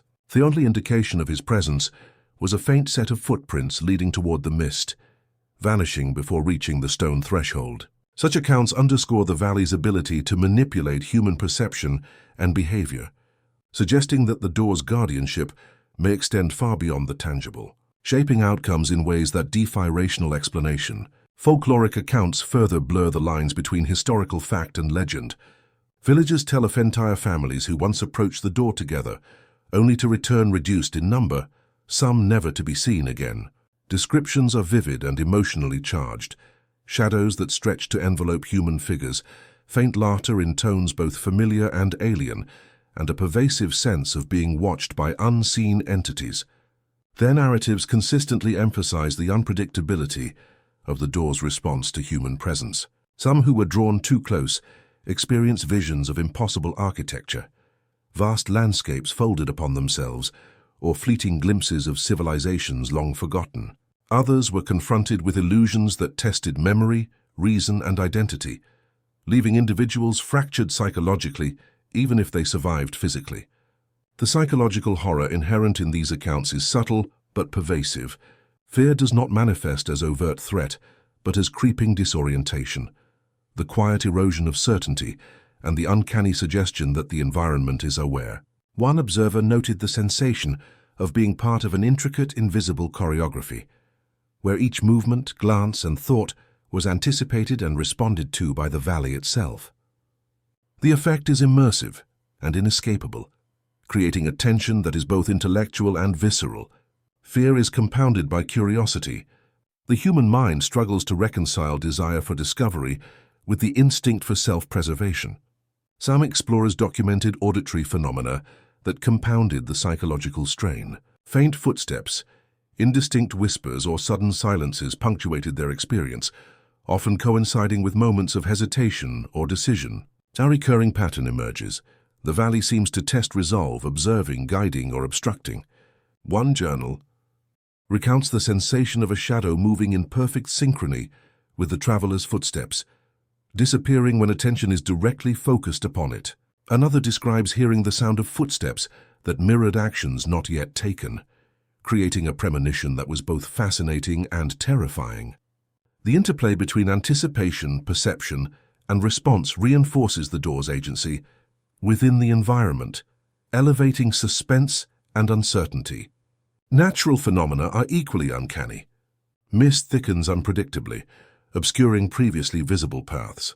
Sounds become amplified or distorted, producing the sensation of voices in dialogue or movement just beyond reach. Light behaves inconsistently, with sunlight refracting or fading in ways that suggest deliberate modulation. Explorers describe the valley itself as sentient, responding to intention, emotional state, or proximity to the door. Even when the mind seeks rational explanation, the consistency and precision of these phenomena suggest a deliberate orchestration beyond ordinary natural forces. The door emerges as a focal point for these anomalies, concentrating attention, intention, and consequence into a singular locus of suspense. The disappearance of footsteps is both literal and symbolic. Literally, traces in mud, dust, or grass vanish before reaching the doorway, suggesting a force capable of erasing physical evidence. Symbolically, the vanishing represents human limits, the boundary between curiosity and overreach. Footprints that begin with confidence dissolve into uncertainty, echoing the psychological erosion experienced by explorers. The motif is repeated across accounts. Those who advance without preparation or reverence are subtly, yet inevitably, redirected, repelled, or erased from narrative continuity. The door asserts its presence, its significance, and its authority without a single word or visible gesture. Even modern investigators, equipped with technology and methodology, report similar experiences. Cameras fail to capture expected images, GPS devices behave unpredictably, and recordings of sound produce distortions or anomalies that cannot be easily explained. Some researchers describe a growing unease, inexplicable fatigue, or distorted perception during extended observation near the doorway. The valley seems to maintain its agency, responding to human attempts at measurement or documentation. Footsteps, whether literal or metaphorical, vanish in these accounts as well, reinforcing the continuity of experience across centuries and suggesting that the door's influence is both persistent and adaptable. The cumulative effect is a mounting tension that grips both observer and audience. The tales of vanishing footsteps blend historical record, folklore, and psychological experience into a coherent narrative of subtle horror. They remind us that human curiosity is both powerful and perilous, and that some thresholds are maintained not merely by physical barriers, but by forces, perceptual, environmental, and perhaps supernatural, that respond to intention. The doorway is no longer a passive object of study. It is a sentinel, shaping outcomes and experiences with precision and quiet inevitability. By the end of these accounts, the observer is left with an acute awareness of risk, a heightened sense of anticipation, and an unsettling sense that the valley itself watches, responds, and adjudicates. Footsteps that vanish are not merely a phenomenon of the past, they serve as a living warning, a tangible and psychological manifestation of the consequences of overreach. Each story raises the stakes for the next encounter, increasing suspense, curiosity, and anxiety. The door remains at the center of this web, enigmatic, imposing, and alive in effect, if not in form. As the narrative of vanished explorers concludes, the stage is set for deeper investigation, reflection, and confrontation. The tangible danger of the valley, combined with its psychological subtlety, prepares viewers to understand that human engagement with the door is fraught with peril, yet irresistibly compelling. The vanished footsteps underscore the narrative's central tension, the desire to know versus the need for caution. Every whisper, shadow, and anomaly now carries the weight of historical consequence, heightening the viewer's emotional and intellectual anticipation. As twilight deepens in the valley, the air grows thick with something unseen, a tension that hovers at the edges of perception. The wind carries whispers, soft and unintelligible, moving through the trees and over the ancient stones in patterns that seem deliberate, purposeful, almost conversational. Observers report hearing fragments of words that vanish the moment one strains to listen, voices that echo yet never originate from any visible source. Some claim they recognize tones resembling the lost explorers who vanished long ago, or fleeting syllables that suggest language not spoken for centuries. It is as if the valley preserves memory itself, giving it form and voice in a subtle, persistent chorus of the absent. The auditory phenomena are not merely eerie, they convey a sense of presence, a suggestion that the door is both observer and participant in an ongoing narrative of the lost. Light behaves strangely near the doorway. At dusk, shadows stretch and twist independently of trees or rocks, forming shapes suggestive of human figures, animals, or abstract geometries. On some nights, visitors report faint illuminations emanating from the carvings themselves, a glow that seems to pulse rhythmically, as though breathing. These lights are often accompanied by sensations of being watched or guided, producing a cognitive dissonance that unsettles even the most rational observer.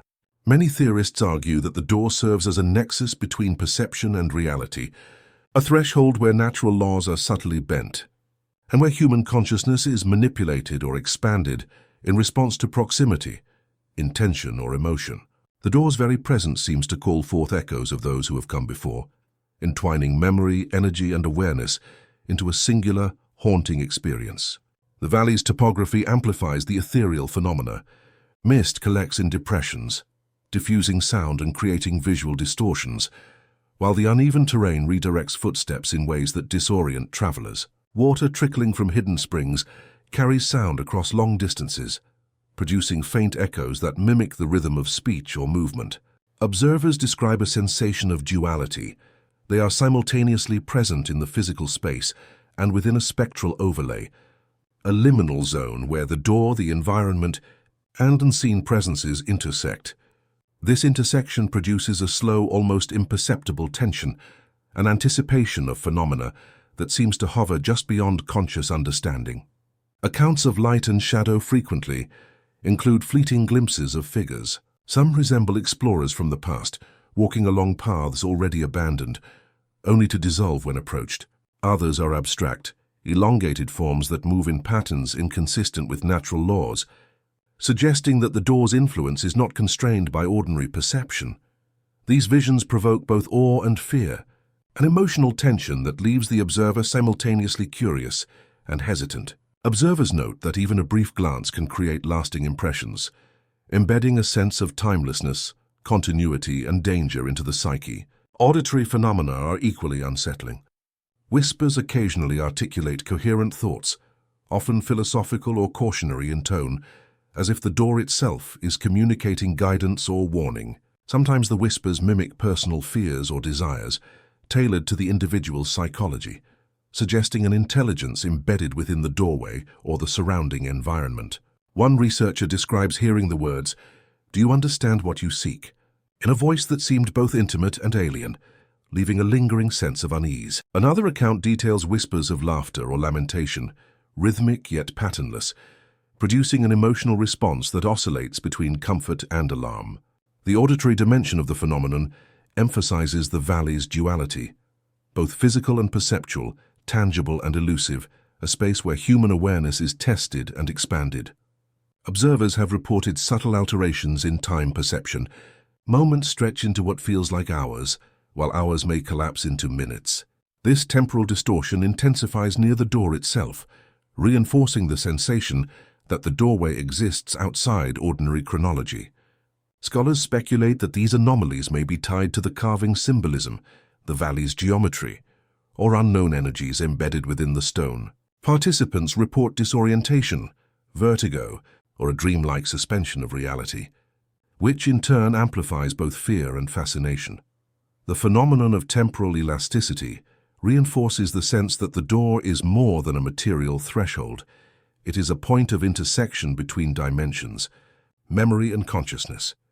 Some explorers have experienced visions of entire landscapes, civilizations, or events that cannot be verified historically. One account describes a scholar seeing a city rising and falling in rapid succession, its inhabitants appearing and disappearing in a cycle of creation and destruction. Another describes viewing a ritual performed at the door centuries earlier, complete with symbolic gestures, chants, and lights that mimic the ancient practices. These experiences often leave the observer emotionally altered, with feelings of reverence, sadness, or vertigo, as if a direct, albeit incomprehensible, connection to the past has been established. The door appears to act as a lens, focusing memory, energy, and perception into a coherent yet inaccessible narrative for those close enough to engage with it. Shadow phenomena are equally mysterious. Observers report seeing figures that move in defiance of the physical landscape, walking through walls or appearing suspended above the ground. In some cases, shadows extend to impossible lengths, forming patterns that echo carvings on the doorway or suggest symbols from ancient rites. These manifestations are unpredictable, creating an emotional cadence of anticipation and surprise. Shadows may follow, mimic, or obstruct, producing the subtle psychological horror that has become synonymous with the valley. The interaction between observer, shadow, and environment blurs reality, reinforcing the idea that the door is an active participant rather than a passive object. The combination of lights, shadows, whispers, and visions fosters a sense of liminality, a threshold state where ordinary rules of space and time no longer fully apply.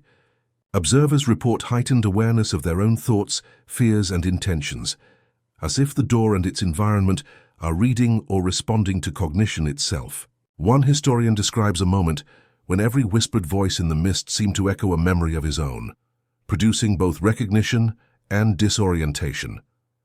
Another notes feeling as though unseen hands subtly guided movement, redirecting attention or influencing behavior. The door becomes not just a destination, but a mediator, a bridge between perception and reality, memory and possibility, the known and the ineffable. These phenomena suggest that the door may connect to realms beyond the physical. While some theorists propose hallucinatory or environmental explanations, the consistency of reports across time, geography, and individual psychology implies a more enduring mechanism. The door may function as a point of resonance, amplifying consciousness and linking disparate dimensions, temporal layers, or planes of existence. Shadows, whispers, and lights are not merely aesthetic. They are evidence of the doorway's capacity to interact with the human mind, to convey information, to warn, or perhaps to invite. The ethereal quality of these manifestations underscores the narrative's central tension. Engagement with the door is both irresistibly compelling and profoundly dangerous. Folklore reinforces the supernatural dimension. Local villagers speak of the door as a living threshold, an entity capable of responding to emotion, intention, and presence. Legends tell of lights that move according to human curiosity, shadows that mimic desire or fear, and whispers that shift with the observer's mental state. Children recount seeing figures at the mist's edge, elders describe the sensation of conversation without a source, and storytellers weave tales of spirits lingering near the carvings. Across all accounts, the door exerts influence, shaping perception and interaction without physical contact, embedding its power within the observer's mind. Psychological effects extend to dreams and memory. Explorers report recurring visions of the door, the valley, or figures within shadows, sometimes long after leaving the location. Dreams often mirror events or phenomena experienced near the threshold, suggesting a lasting imprint on consciousness. Memory itself becomes unreliable, with details amplified, altered, or fused with symbolic imagery. These experiences reinforce the haunting tone, blurring the line between external phenomenon and internal response, suggesting that proximity to the doorway alters perception in enduring ways. The emotional tone is ethereal, haunting, and reverent. Awe intermingles with unease, curiosity with apprehension, as observers confront evidence of forces that defy conventional understanding.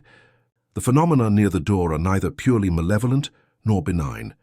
They exist as manifestations of boundary, threshold, and interaction. Visitors feel simultaneously invited and warned, drawn toward the unknown while reminded of human limitations. Each auditory, visual, or perceptual anomaly heightens engagement, leaving an indelible impression that lingers long after the valley is left behind. By the end of these observations, it becomes clear that the door is more than stone and symbol. It is a conduit, a participant, a threshold to realms beyond ordinary perception.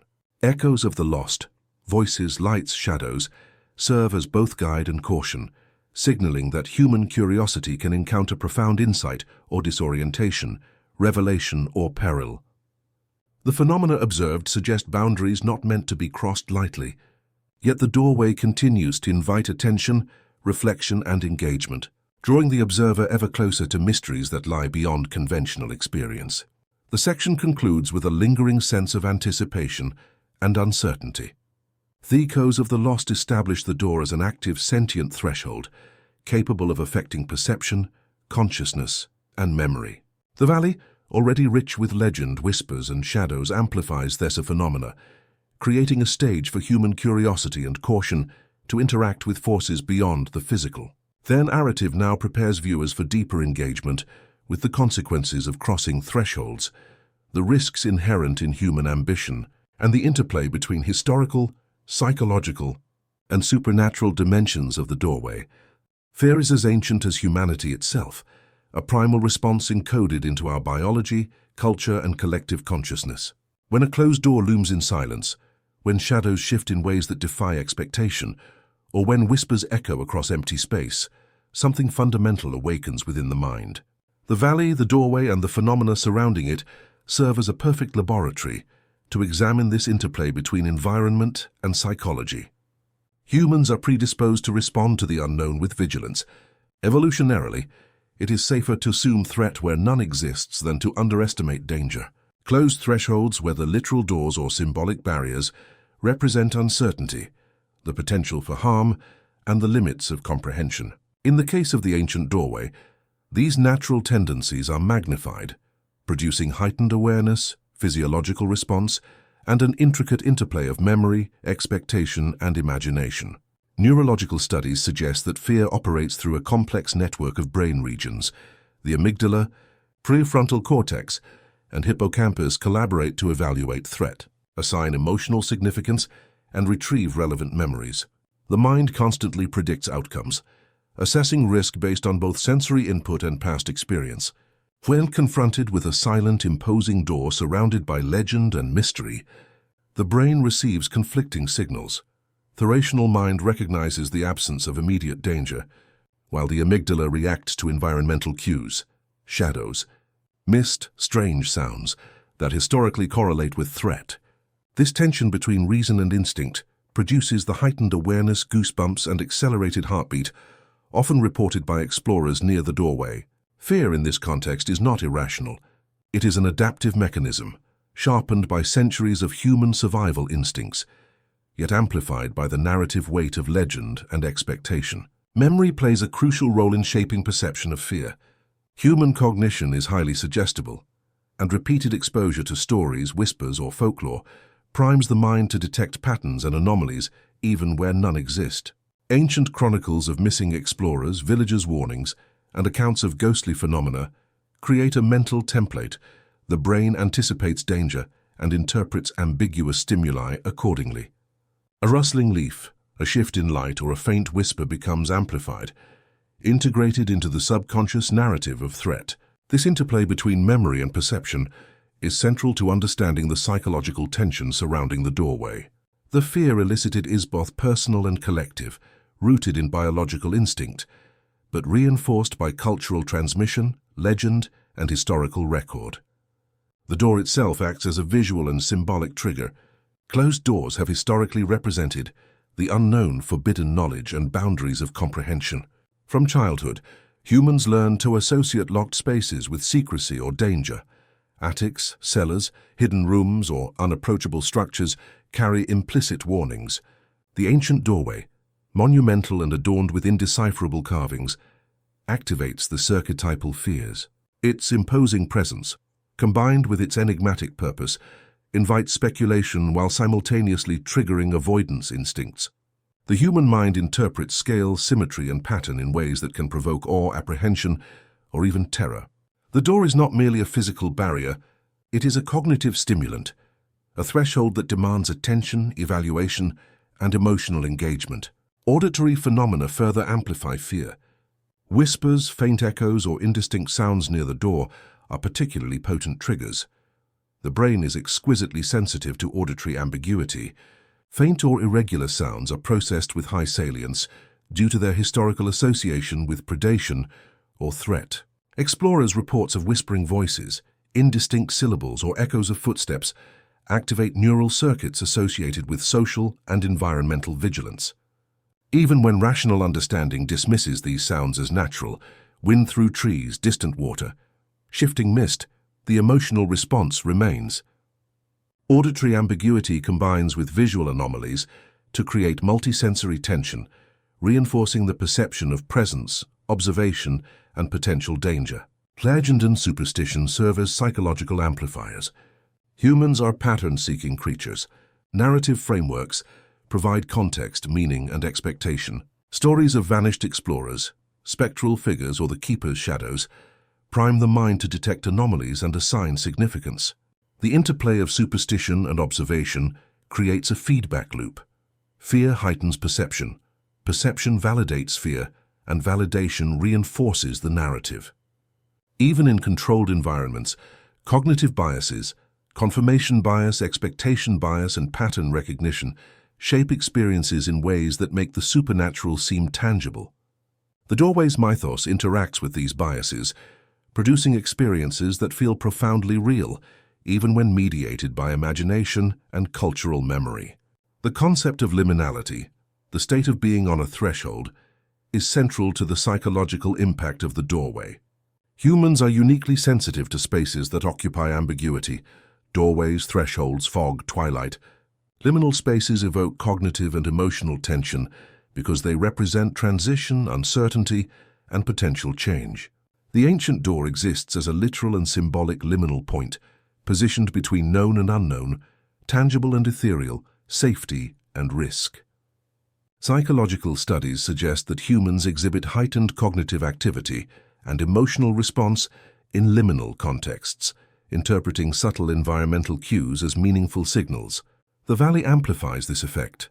Mist, shadow, wind, and distance distort perception, reinforcing liminality and intensifying fear responses. Physiological responses to fear are profound.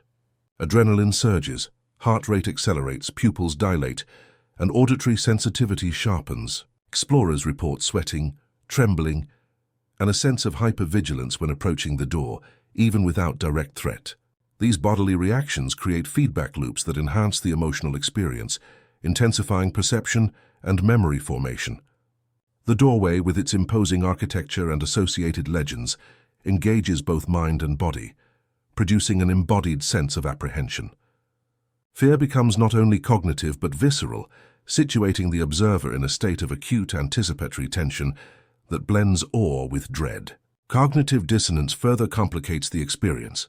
Rational observers recognize the absence of conventional danger, yet instinctual, emotional, and sensory cues signal caution. This tension between reason and instinct produces heightened awareness, hyperfocus, and sometimes disorientation. Explorers' journals frequently describe moments of uncertainty. A rational decision to advance is accompanied by a physical sensation of hesitation, a sense of being observed, or sudden chills. These experiences illustrate the interplay of cognitive evaluation, emotional arousal, and environmental stimulus in shaping human response to the unknown. The doorway functions as both trigger and test, assessing the mind's ability to navigate uncertainty and ambiguity. Fear is also socially and culturally mediated. Stories of vanished travelers, whispered warnings, and guardian figures shape expectations before even entering the valley. Collective memory amplifies individual perception, producing a layered experience in which legend, expectation, and observation converge.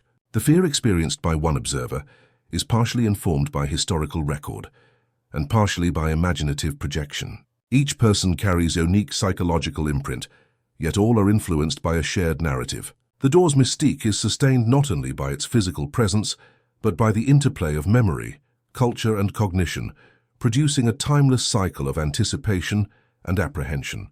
The unknown remains central to the doorway's power. Fear thrives in uncertainty. It is a response to incomplete information, ambiguous stimuli, and potential threat. The carvings, whispers, shadows, and environmental anomalies surrounding the doorway offer precisely this type of uncertainty. Observers cannot predict the next visual or auditory cue, cannot measure the boundaries of influence, and cannot anticipate consequences of interaction. This uncertainty engages both emotional and analytical faculties, producing sustained tension and cognitive engagement. Fear in this context is not merely a reaction, it is an invitation to explore, interpret, and experience the unknown. Memory, legend, and superstition converge in a cumulative psychological effect, Experiences are filtered through prior knowledge, expectation, and anticipation. A rustle in the mist becomes a vanished figure. A flicker of light mirrors a memory of vanished explorers. A whispered syllable evokes a sense of connection across time. These elements interact synergistically, producing experiences that feel both subjective and objective, personal and universal. The doorway functions as a focal point, concentrating the interplay of biology, psychology, environment, and culture into a single emotionally charged locus. Ultimately, the science of fear around the doorway illuminates human nature, as much as it does the valley itself. Closed doors, unknown thresholds, and unexplained phenomena provoke adaptive responses that are simultaneously ancient and deeply personal. Memory, legend, and superstition amplify these responses, creating experiences that blend perception, imagination, and environment into a coherent, albeit unsettling, narrative. Fear is at once rational and irrational, protective and instructive, highlighting the human mind's capacity to navigate uncertainty while remaining vulnerable to its subtle influence. By the end of this examination, viewers are encouraged to question what is real versus imagined. The valley, the doorway, and the surrounding phenomena exist as both physical space and psychological landscape, a place where biology, environment, and legend converge to produce profound emotional and cognitive effects.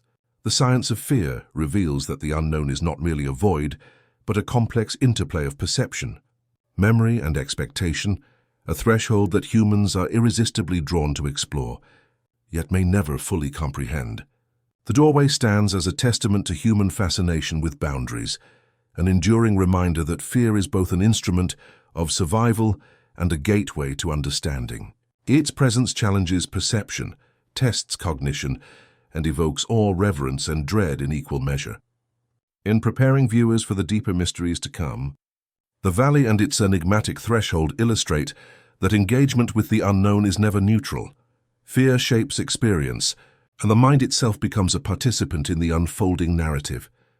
The human desire to chart the unknown is as ancient as exploration itself. For centuries, adventurers, historians, and cartographers have attempted to map the valley, its winding paths, and the enigmatic doorway that sits at its heart. These maps, ranging from crude sketches in travelers' journals to meticulously drafted plans in private archives, all share one frustrating truth: they rarely lead anywhere. Paths curve unexpectedly, terrain shifts subtly, and landmarks that should serve as guides often vanish, warped by mist, topography, or inexplicable phenomena. Each new attempt to chart the valley becomes a testament to human curiosity, ingenuity, and inevitably, our limitations. The frustration of these failures is palpable, a slow-burning tension that both challenges and captivates. Early explorers relied on rudimentary methods: compasses, measuring chains, celestial observation, and painstaking notes on distances and terrain. Initial successes were modest. Streams were located, ridges identified, and vegetation catalogued. Yet as observers ventured closer to the door, anomalies multiplied. Paths appeared on maps, yet in practice led to dead ends or returned the traveler to a previous location, as if the landscape itself conspired against linear navigation. Some routes appeared to change with the weather, subtly shifting with rainfall, mist, or the angle of sunlight. This phenomenon frustrated early explorers, whose reliance on consistent environmental cues was rendered ineffective in the valley's mutable topography. Every attempt to create certainty produced a paradoxical instability, fostering curiosity alongside creeping dread. Sketches of the doorway and surrounding features demonstrate a fascination with symmetry and geometry, but also hint at deception. Some maps include multiple entrances or side passages that do not exist, or record topographical features that appear only fleetingly under certain light conditions. Modern analysis suggests that either the valley possesses extraordinary natural variability, or that those who drew the maps were influenced, perhaps unconsciously, by expectation, fear, or phenomena beyond ordinary perception. Misalignment between observer and environment generates a profound sense of frustration, as meticulous planning is undermined by forces that remain largely unexplained. The door's presence, even when only represented on paper, seems to actively distort understanding, challenging every assumption about space, direction, and human comprehension. Several explorers documented repeated loops, following a path exactly as indicated on a map, They would return to their starting point, despite believing they had walked in a straight line for hours. Some describe the sensation of being subtly guided, pushed, or redirected by unseen forces, creating the impression that the valley itself enforces boundaries. Trails that appeared promising dissolved into mist or vanished behind terrain that seems to arrange itself when unobserved. These experiences contribute to a psychological layering. Practical navigation becomes entangled with perception, expectation, and subtle fear. Each failed attempt to locate hidden chambers or passages reinforces both the allure and danger of the doorway, drawing explorers deeper into a cycle of curiosity and apprehension. Maps themselves tell stories beyond their technical content. Notations in margins, personal annotations, and sketches of anomalies convey the emotional state of those attempting to navigate the valley. Frustration is palpable in scribbled exclamations, notes on repeated failures, and warnings about paths that mislead the unwary. Curiosity and determination persist, but so too does dread, an emotional backdrop that infuses each attempt with tension. The maps become artifacts not merely of geography, but of human experience, capturing the interplay between mind, environment, and the inexplicable phenomena surrounding the door. They reveal both ambition and vulnerability, illustrating the cost of engaging with a landscape that resists comprehension. Historians and explorers alike have sought hidden chambers or passages near the doorway, guided by maps, rumors, or symbolic interpretation of carvings. Many employed methodical approaches, measuring angles, tracking distances, and probing the ground for structural anomalies. Some sought underground tunnels hinted at in ancient chronicles, while others searched for concealed rooms that might house artifacts or clues to the doorway's purpose. Repeatedly, these attempts produced near disasters: unstable ground, hidden crevices, sudden mist obscuring vision, or inexplicable phenomena that forced retreat. These failures fostered a sense of slow-building dread, a recognition that the valley's secrets were guarded not only by stone, but by perception itself. Even when explorers believed they had located hidden chambers, outcomes were rarely straightforward. A partially excavated tunnel might collapse, vanish from memory, or appear in a different location upon subsequent visits. Sketches of chambers often conflicted with physical observation, suggesting that either environmental anomalies or cognitive factors distorted perception. Many adventurers report a feeling of time and distance being altered within the valley, as if standard measures of space no longer applied. This temporal and spatial instability heightens suspense, as every discovery is provisional and every perceived breakthrough may be illusory. The map, rather than providing certainty, becomes a tool for questioning reality itself. Psychological tension escalates as explorers confront repeated failure. Confidence erodes, replaced by cautious hypervigilance, mistrust of one's own senses, and growing awareness of potential danger. In some cases, obsessive focus on mapping led to mental strain, disorientation, or hallucinations, further complicating navigation. The valley's mutable nature exploits human expectation. An observer confident in measurement may suddenly encounter a path that bends impossibly, or a landmark that disappears. Maps that once promised guidance become symbols of uncertainty, a mirror of the human struggle to impose order upon the mysterious and uncontrollable. Folklore and legend augment these challenges. Villagers warn of travelers who attempted to chart the valley, only to vanish or return altered. Maps themselves are often treated with suspicion, believed to carry the influence of the door or to encode traps within their very lines. Some traditions hold that only those with specific knowledge or preparation can interpret the maps correctly, while others suggest that the valley's geometry responds to the observer's intent, subtly shifting to mislead or protect the doorway. In this way, the mapping process becomes a psychological test as much as a practical endeavor, blending curiosity, fear, and reverence into every step. The emotional experience of mapping the valley oscillates between hope and frustration. Each path offers the promise of discovery, yet repeatedly proves unreliable. Drawn by the possibility of hidden chambers, explorers advance cautiously, aware that every misstep may carry consequence. Slow-building dread accumulates with each circuitous route, every vanished landmark and each failed excavation. Maps that do not lead are more than technical failures. They are instruments of tension, reinforcing the doorway's enigmatic authority and the psychological weight of human curiosity.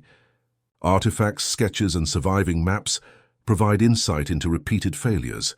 Marginal notes, annotations, and corrections indicate attempts to reconcile observation with expectation, yet the inconsistencies persist. Some maps suggest linear paths, while actual terrain defies linearity. Rivers shift subtly, ridges realign, and shadows distort visual perception. These discrepancies contribute to the frustration experienced by explorers, creating a cognitive dissonance between recorded knowledge and experiential reality. The valley resists codification, reinforcing the notion that certain thresholds, like the ancient door, cannot be fully conquered or understood through conventional methods. Near disasters occur with increasing frequency as explorers probe for hidden passages. Slips, minor collapses, and sudden loss of orientation heighten emotional tension. Some describe feeling subtly guided away from potential hazards, or encountering barriers that appear and disappear with no discernible cause. These events amplify suspense and reinforce the notion that the valley and the doorway it houses exerts control over human interaction. The psychological interplay of curiosity, caution, and dread becomes a tangible presence, an invisible companion influencing every step of the mapping process. The cumulative effect of repeated failed explorations is a heightened sense of inevitability. The valley resists precise measurement, yet hints at hidden chambers that may exist just beyond perception. Observers anticipate discovery, aware that success is both tantalizing and fraught with risk. Maps become a metaphor for human engagement with the unknown, structured, methodical, and ultimately insufficient to conquer mystery. The doorway central to these attempts remains an active participant, its presence shaping the terrain, perception, and consequences simultaneously. By the end of these mapping endeavors, viewers are left with dual impressions: curiosity intensified by repeated frustration, and slow-building dread rooted in the realization that the valley and the doorway it conceals cannot be fully mastered. Every sketch, annotation, and failed path contributes to an intricate psychological landscape, emphasizing both human ingenuity and vulnerability. The stage is now set for an inevitable discovery, near disaster or revelation, preparing the narrative to explore the consequences of interaction, the limits of understanding, and the persistent allure of thresholds that defy comprehension. The night arrives with a slow, deliberate gravity.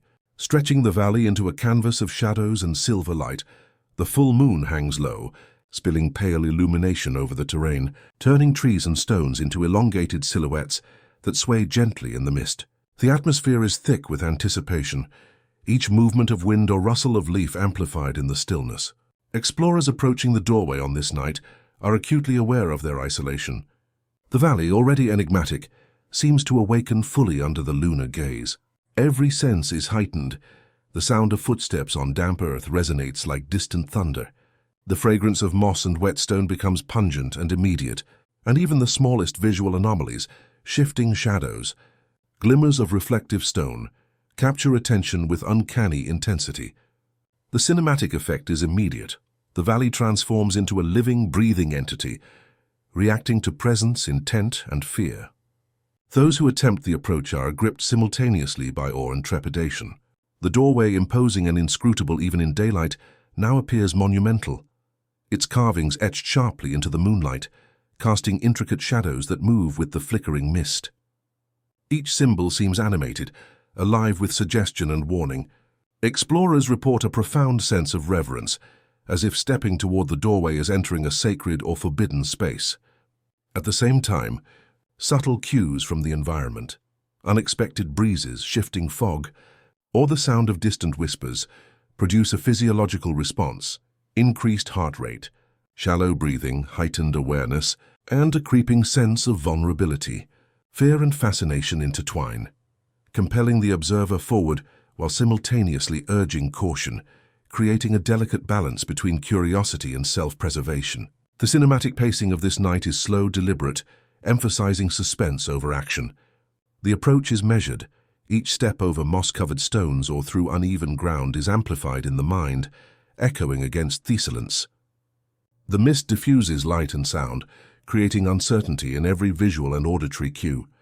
Shadows of the surrounding trees and the doorway itself seem to move independently, stretching and contracting as if responding to the observer's emotions. The interplay between light and darkness produces a dynamic visual tension. Each flicker of illumination suggests the possibility of discovery or danger. Observers are acutely aware that the doorway, though inert in structure, projects an agency of perception, subtly influencing orientation, attention, and expectation. As the explorers near the doorway, the mist thickens, swirling in hypnotic currents that obscure detail, while revealing patterns only intermittently. The carvings etched across the door's surface take on an almost sentient quality, their shapes suggesting motion, faces, or abstract symbols that shift depending on perspective. Observers describe the sensation that the door is watching, a perception reinforced by centuries of legend, anecdotal reports, and personal anticipation. The auditory landscape complements the visual. Faint, indistinct whispers move through the mist, appearing to originate from multiple directions simultaneously. The voices are layered and ambiguous, some resembling human speech, others abstract tonalities that provoke unease. Each sound is fleeting. When focus is applied, it vanishes, leaving silence or a subtle after-effect like the echo of memory. Fear is amplified by both physical and psychological factors. The night, moonlight, and mist create an environment of uncertainty, where familiar cues are altered or absent. Shadows play tricks on perception, footsteps echo unnaturally, and silence is punctuated by ambiguous sounds. Psychological tension grows as anticipation and imagination blend. Every rustle could indicate movement, every flicker of shadow could suggest presence, and each whispered tone might carry meaning. Explorers are forced into a state of hyper-awareness, simultaneously analytical and instinctually reactive. The doorway functions as a catalyst, magnifying fear while demanding focus, drawing observers ever closer with a mixture of dread and fascination. The valley itself seems to participate in the cinematic narrative. Trees sway as if performing a ritual, their elongated branches gesturing toward the doorway. Mist coils around rocks and roots, creating corridors that suggest hidden passages or pathways. Moonlight glints off wet surfaces in unpredictable patterns, producing visual stimuli that both attract and distract. The environment is in constant flux, emphasizing the fragility of perception and the volatility of human response. Explorers experience a heightened sense of presence, as if every heartbeat, breath, and movement resonates through the valley, eliciting subtle responses from the surroundings. The valley, door, and observers exist in an intricate feedback loop, creating a nightscape where tension, awe, and anticipation are inseparable. Cinematic suspense is reinforced through pacing. The approach is not hurried. Every movement is deliberate, every observation prolonged. Explorers pause frequently, allowing the mind to absorb environmental detail and respond to subtle cues. Mist thickens, then thins. Shadows lengthen, then contract. Whispers emerge, then dissolve. The result is a rhythm of suspense. Tension builds gradually, punctuated by moments of calm and sudden, minor disturbances that suggest both the unknown and the potential for immediate consequence. Observers feel themselves drawn into a narrative larger than themselves, a story of thresholds, secrets, and consequences unfolding in real time. The doorway, central to the scene, exerts both gravitational and narrative pull. It is the focal point toward which all movement, perception, and anticipation converge. The carvings, now stark in moonlight, suggest warnings, history, and intentionality. Observers describe a sense of dialogue with the door, a communication that transcends language and conventional cognition. The environment, mist, shadows, moonlight, whispers, serves as both mediator and amplifier, conveying the doorway's presence in ways that engage emotion, intuition, and intellect simultaneously. This multi-sensory orchestration heightens suspense, while maintaining the calm, measured pacing necessary for cinematic immersion. The night's tension escalates as the threshold is approached. Explorers feel the weight of centuries of observation, speculation, and legend pressing against them. Each footstep toward the doorway is a deliberate act, blending curiosity with caution. Environmental cues, psychological anticipation, and physiological responses combine to produce an almost hypnotic focus on the door itself. Observers report a sense of temporal dilation. Moments stretch, breaths lengthen, and awareness of surroundings becomes intensely detailed yet fragmented. Every sound, shadow, and movement is scrutinized for significance, yet significance remains elusive. The unknown dominates perception, and the anticipation of revelation produces a potent mix of awe, fear, and reverence. Human presence in the valley interacts with natural and unexplained phenomena. Mist swirls around feet, responding to movement.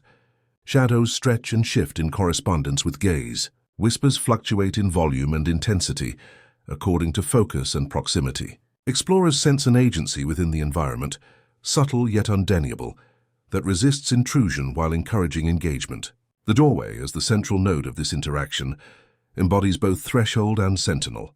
It tests perception, courage, and intuition simultaneously, creating a cinematic tableau in which human intention, environmental reaction, and supernatural suggestion coalesce. The night's narrative crescendos as observers reach the final few meters before the doorway. Mist thickens into a nearly tangible presence, curling around limbs and clothing, softening sound and obscuring vision. The carvings seem to animate further, their shadows twisting in patterns that suggest faces, figures, or abstract symbols that may convey warning, history, or invitation. Whispered tones fluctuate between coherent phrases and tonal resonance, producing both comprehension and cognitive dissonance. Observers experience the full weight of anticipation. Curiosity, fear, respect, and awe converge in a moment of suspended decision. Every instinct urges caution. Every desire urges engagement. Cinematic tension is sustained through the deliberate interplay of pacing and sensory detail. Observers are aware that a decision lies immediately ahead, to open the door, to retreat, or to linger in the threshold. Every step, breath, and glance is imbued with consequence. The valley, the mist, and the doorway form a dynamic tableau in which observation is participation, and perception itself carries weight. The night encapsulates both calm and suspense. An extended meditation on human engagement with the unknown, framed through careful orchestration of environment, emotion, and anticipation. The scene concludes with a cliffhanger, a deliberate pause in narrative resolution. Observers stand before the doorway, bathed in moonlight, surrounded by shifting mist and animated shadows. Whispers fluctuate in volume and tone, as though urging decision without specifying consequence. The carvings remain inscrutable, monumental, and suggestive. The cinematic tension holds. The doorway is unopened, yet the moment teems with possibility. Viewers are left suspended with the explorers, poised between curiosity and caution, fear and fascination, wonder and dread. The narrative question lingers: what will happen if the door is finally opened? In this suspended moment, the night itself becomes character and storyteller. Moonlight, mist, shadows, and sound merge to create a scene that is simultaneously beautiful, terrifying, and reverential. The doorway embodies mystery, authority, and invitation, asserting its presence without motion, speech, or gesture. Human observers, with all their physiological, psychological, and cultural predispositions, are drawn into a dance with uncertainty. Every element of the cinematic scene, the pacing, sensory detail, and narrative tension, works to immerse both participants and viewers in the liminal space created by threshold, legend, and the unknown. By leaving the door unopened, the narrative achieves maximum suspense, emphasizing the unknown's potency and the limits of human engagement. The night's events illustrate the delicate interplay between fear and curiosity, preparation and impulse, observation and participation. The doorway, central yet inscrutable, dominates perception, shaping both experience and expectation. Observers, and by extension viewers, are left to contemplate the consequences of transgression, the allure of mystery, and the power of thresholds that have remained closed for centuries. The first observation upon examining the door is its surface, a dense tapestry of symbols, meticulously etched yet enigmatic to every scholar, historian, and explorer who has dared to approach. These carvings are neither random nor purely decorative. They follow patterns that suggest intentionality, precision, and purpose. Spirals, geometric forms, anthropomorphic figures, and abstract sigils intertwine, forming sequences that may encode language, ritual, or warning. Close observation reveals that some symbols are layered, overlapping carvings from different eras, hinting at centuries of interaction, modification, and reverence. Even in the moonlight, the interplay of shadow and stone animates the shapes, suggesting movement, expression, or intent beyond human comprehension. The door speaks in a language of form, texture, and symbolism, calling on observers to interpret, understand, or heed its silent guidance. Artifacts discovered around the valley reinforce the notion that the door's symbols were more than aesthetic. Fragments of tablets, ceremonial objects, and remnants of ancient manuscripts bear motifs that echo the carvings, suggesting a shared symbolic system or ritualistic context. Some objects appear to replicate symbols in miniature. Others seem to act as keys, amulets, or protective talismans. Explorers and archaeologists alike have noted that repeated motifs, triangular spirals, concentric circles, interlocking lines, frequently appear at points of threshold or transition, both on the door and within these artifacts. This repetition indicates a deliberate attempt by the original creators to convey warning, protection, or information about the forces contained within or beyond the doorway. Each symbol, each artifact, serves as a fragment of a larger narrative, a puzzle left by those who sought to mediate human interaction with an unknowable threshold. Interpretations vary, though all are tinged with mystery. Some scholars posit that the symbols functioned as a form of containment, a method to seal knowledge or power that could be dangerous if released. Others suggest the carvings serve as guidance for ritual, indicating sequences, gestures, or incantations required to approach or interact with the door safely. Anthropologists note parallels in other ancient cultures, markings used to ward off evil, to denote sacred spaces, or to codify esoteric wisdom. The carvings' precision, scale, and placement imply awareness of their audience, yet they remain deliberately ambiguous. For those who've studied them, the symbols inspire reflection and caution, a reminder that certain thresholds were designed not merely to guard against physical intrusion, but against intellectual or spiritual hubris. The door's symbols are not static. Time, weather, and the valley's shifting environment have altered their appearance subtly, creating new patterns as light and shadow interact with relief and angle. Explorers report noticing different forms, at varying times of day or under different weather conditions. A spiral may appear complete under moonlight, but fragmented in sunlight. A humanoid figure may emerge from shadow, only when the observer's gaze is aligned with a particular angle. These dynamic qualities suggest that the symbols were designed to engage perception, consciousness, or even environmental interaction. Observers cannot merely catalogue or reproduce them. Understanding may require direct engagement, intuition, or a psychological attunement to the doorway's rhythms and cues. The emotional response elicited by the symbols is complex. Awe, reverence, and curiosity dominate initial observation, yet these are quickly tempered by unease.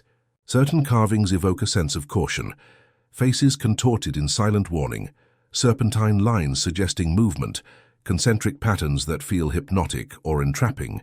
Observers report a visceral reaction, tension in muscles, accelerated heartbeat, and a compelling urge to pause, step back, or reflect.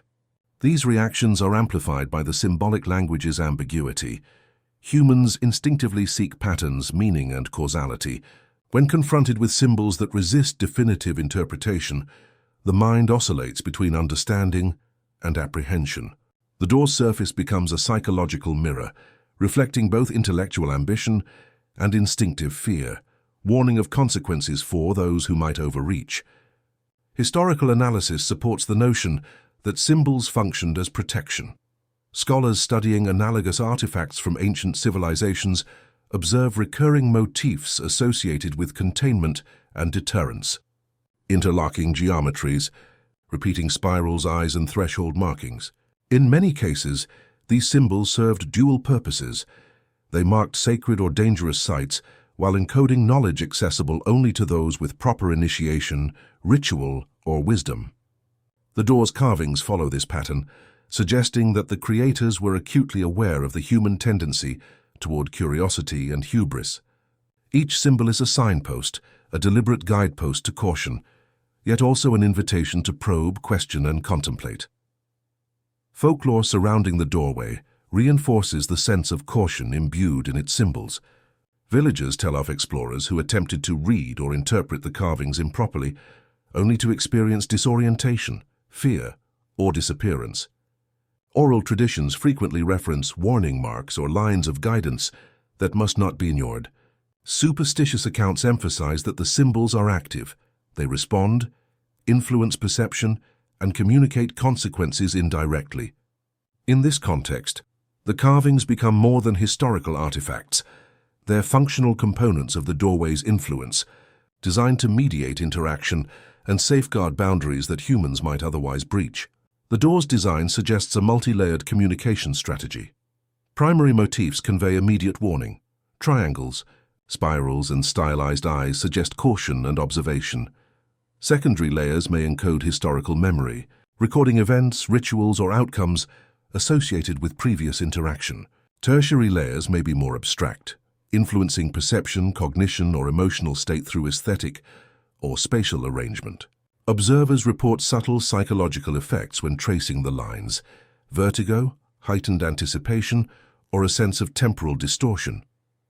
The symbols are simultaneously intellectual, emotional, and perceptual, creating an experience that transcends conventional observation. Some interpretations propose that the carvings are a form of knowledge containment. Each symbol may represent a fragment of a larger framework, cosmological, spiritual, or technological, that the door guards. In this view, the door is not merely a physical barrier, but a repository of information, protected through ambiguity, ritual, and psychological influence. Attempts to decode, ignore, or bypass the symbols carry implicit risk. Those who fail to recognize the patterns may misinterpret or misalign with the threshold's intended interaction, producing consequences that are both practical and metaphysical.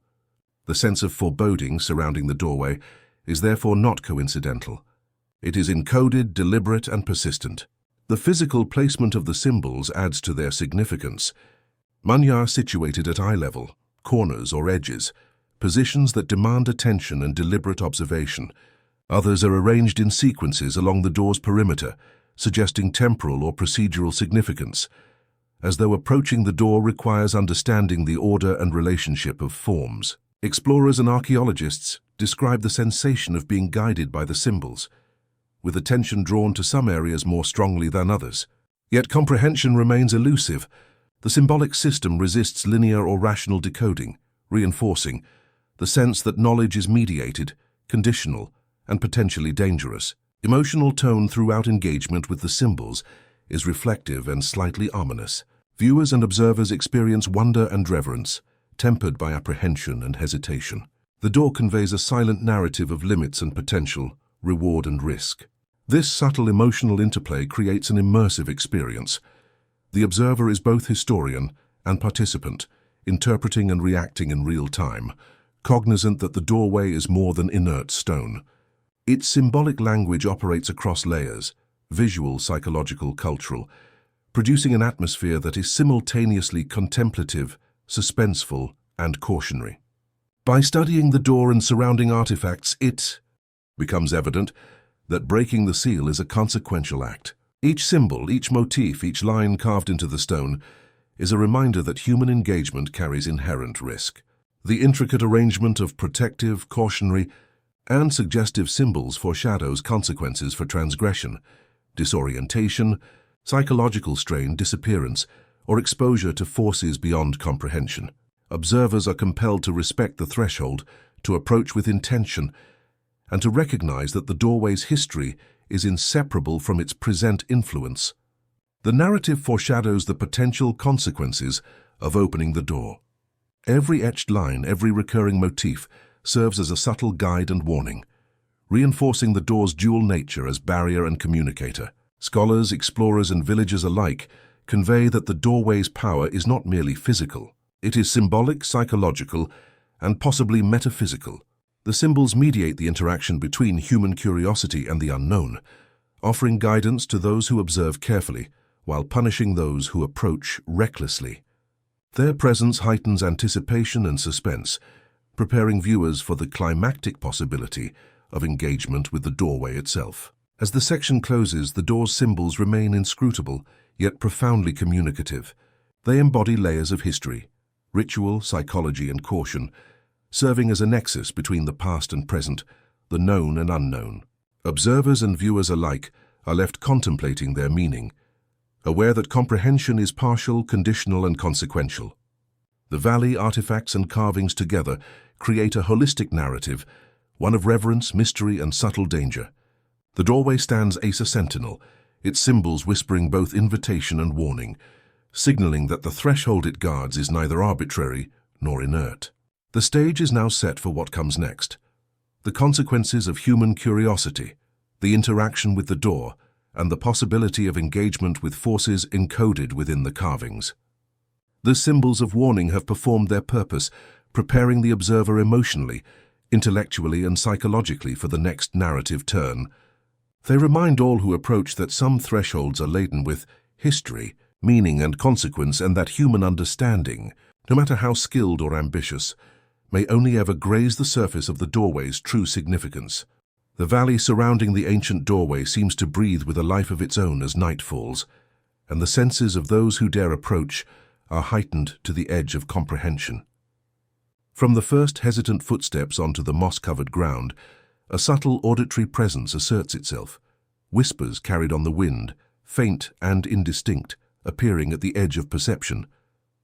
They are neither clearly human nor entirely alien, fluctuating in tune, pace, and direction. Yet they evoke recognition, the cadence of language, the inflection of emotion, the weight of attention, focused deliberately on those who listen. Observers describe the sensation as intimate, as if the whispers are not merely around them, but addressed directly to them, probing, questioning, or warning. The auditory phenomena are layered, sometimes rising to clarity, and then dissipating into a sibilant hum that leaves the mind craving understanding. Eyewitness accounts suggest a connection between the whispers and emotional states. Explorers and historians report that moments of fear, anticipation, or curiosity intensify the auditory phenomena. A heartbeat quickens, and suddenly the whispers seem closer, almost urgent, forming syllables that suggest meaning without fully resolving into language. Observers often find themselves repeating phrases in their minds, unconsciously attempting to respond to messages that may not exist. This interplay of perception and emotion blurs the line between objective sound and subjective experience, creating an intimate dialogue between the environment, the doorway, and the observer.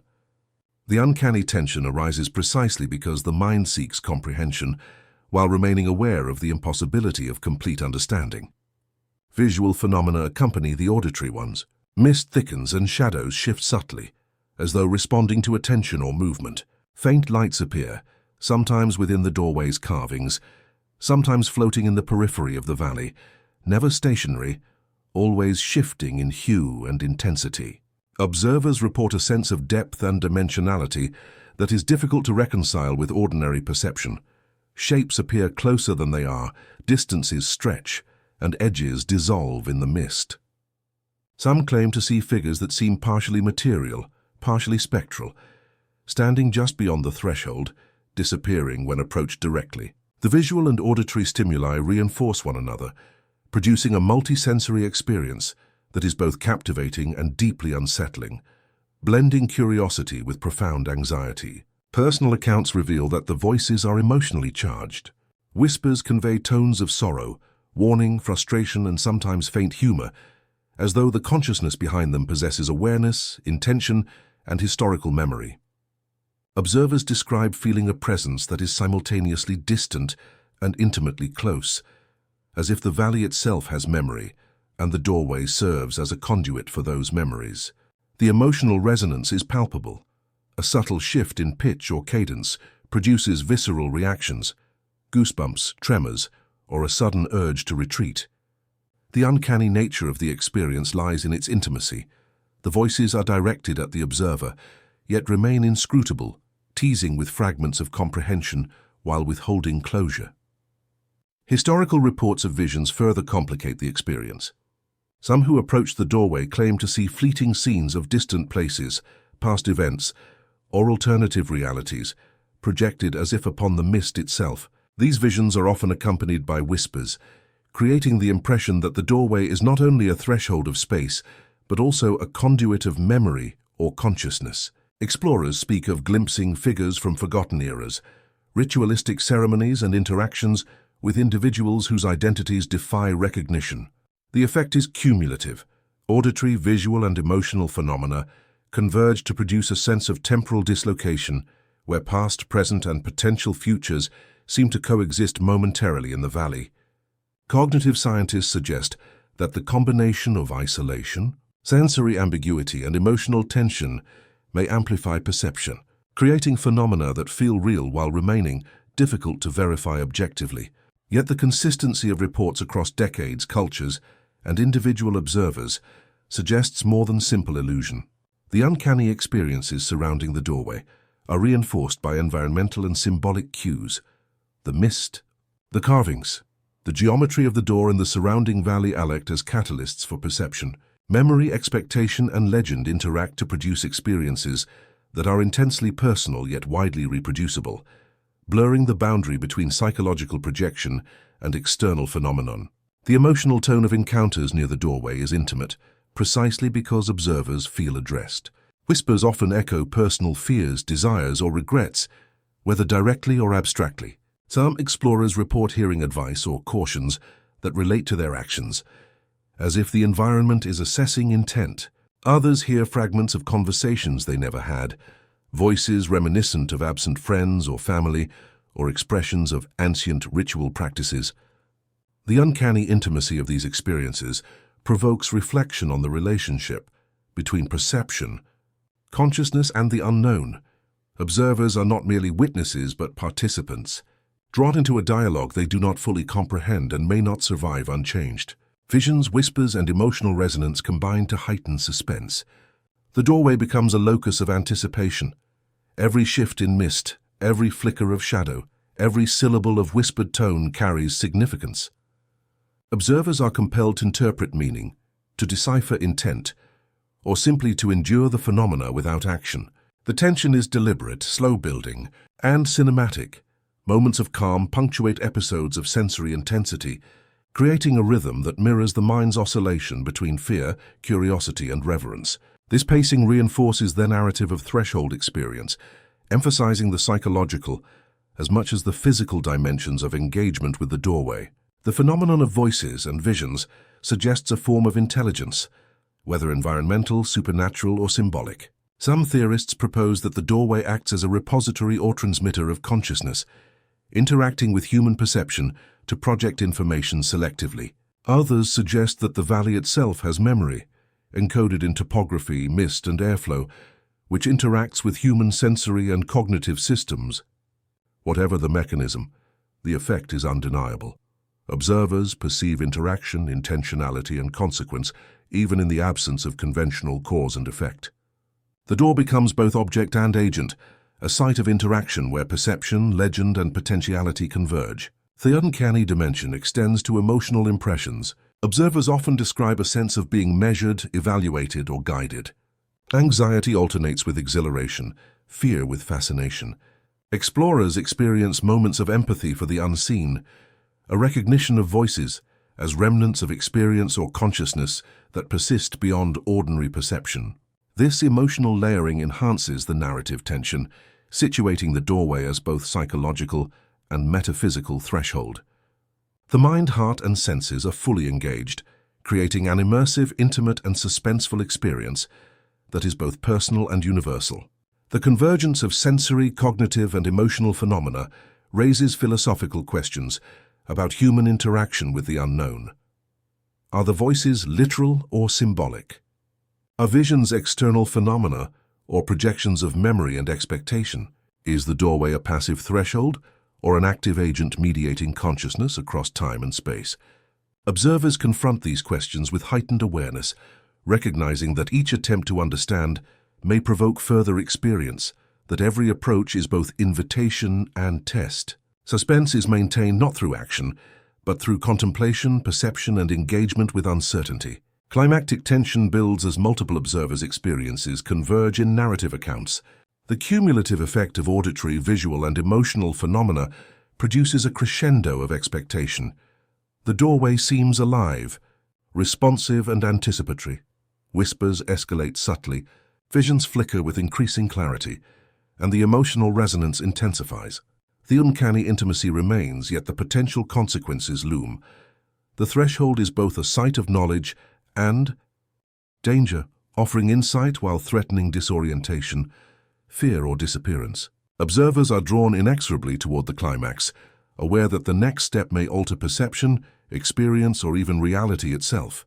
By the end of these encounters, the valley, the doorway, and the voices from beyond have coalesced into a narrative of suspense, intimacy, and uncanny resonance. Observers, and by extension viewers, are left poised at the edge of revelation, acutely aware of the unknown, emotionally engaged, and psychologically prepared for the climactic events that may follow. The threshold is no longer merely a physical space. It is a convergence of legend, perception, memory, and consequence, and the narrative tension is now primed to escalate toward confrontation. The section closes by reinforcing uncertainty and anticipation. Whispers fade and return, mist shifts subtly, and shadows continue their silent dance. Observers are left reflecting on their vulnerability, their curiosity, and the complex interplay of sensory perception and legend. The uncanny phenomena surrounding the doorway underscore the narrative's core tension. The threshold is alluring, yet dangerous, intimate, yet incomprehensible. The emotional and psychological stakes are maximized, preparing viewers for the final act, where the mysteries of the doorway may reach their culmination. The night grows heavier, the valley folding into shadows that stretch far beyond the reach of moonlight.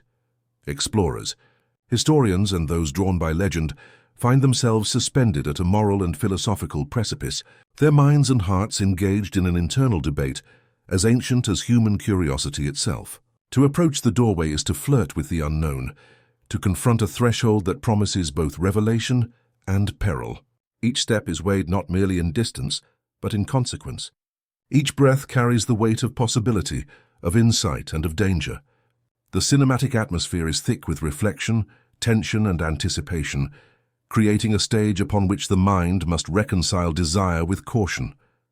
Debate among the observers is as much internal as external. Some argue that curiosity is the defining trait of humanity, the force that drives discovery, progress, and understanding. To hesitate, they insist, is to defer the inevitable engagement with the unknown, to allow fear to dictate action. Others counter that some thresholds were constructed precisely to restrain human ambition, to protect against hubris, ignorance, or unpreparedness. The door, with its carved symbols, shifting shadows, and inexplicable phenomena, embodies that duality. It tempts with knowledge while warning of consequences. Every whisper in the mist, every flicker of light, every subtle movement of shadow reinforces the tension between yearning and prudence, creating a psychological battleground as compelling as the physical terrain itself. The valley seems to respond to this oscillation between curiosity and caution. Mist thickens where hesitation lingers, then thins where boldness asserts itself. Shadows lengthen in moments of doubt and contract in moments of resolve. Whispers rise in cadence and intensity, aligning with the emotional state of those who approach. Explorers report feeling that the valley is observing not just their actions, but their intent, responding to the balance of wonder and apprehension within each participant. The environment becomes both mirror and mediator, reflecting the human struggle while amplifying suspense. In this interplay, moral and philosophical questions are no longer abstract. They are tangible, immediate, and deeply felt. Historical and contemporary observers alike weigh the potential rewards against the risks. Stories of vanished explorers, near disasters, and inexplicable phenomena circulate, reminding all that the door is more than a stone threshold. It is a conduit of experience, memory, and consequence. At the same time, the possibility of insight into forgotten civilizations, lost knowledge, or profound understanding beckons irresistibly. The tension is recursive. Every story of danger fuels caution while simultaneously igniting curiosity. Every fragment of legend amplifies desire to uncover the truth. The edge of curiosity is defined not by distance or geography, but by this intricate interplay between intellect, emotion, and instinct. Philosophical reflection deepens the suspense. Observers ponder the nature of knowledge and its ethical implications. Is curiosity justified if it endangers life or sanity? Can knowledge exist without consequence, or are all discoveries inherently transformative, carrying moral weight? The door in its silence seems to demand these questions be confronted. Its carving, shifting shadows, and whispered tones form a dialogue with the mind, one that is simultaneously subtle and insistent. The valley becomes a classroom, the doorway a mentor of sorts, unrelenting, inscrutable, and profoundly challenging. The ethical dimension of engagement heightens the tension, imbuing the narrative with depth and emotional resonance. The psychological stakes are amplified by the interpersonal dynamics of the explorers. Debate is not purely internal. Companions assess, advise, and challenge each other's impulses. Differences in temperament, experience, and philosophy emerge with intensity. Some are drawn irresistibly forward, their eyes fixed on the threshold, while others hesitate, interpreting every shadow as a warning. Trust and skepticism intermingle. Can a partner be relied upon to heed caution? Can personal judgment override collective consensus? These questions add layers of suspense, reflecting the broader human struggle to navigate the unknown in collaboration with others. Physical environment continues to play a pivotal role in tension building. The valley's topography, obscured by mist and shadows, becomes a metaphor for the uncertainty inherent in human endeavor.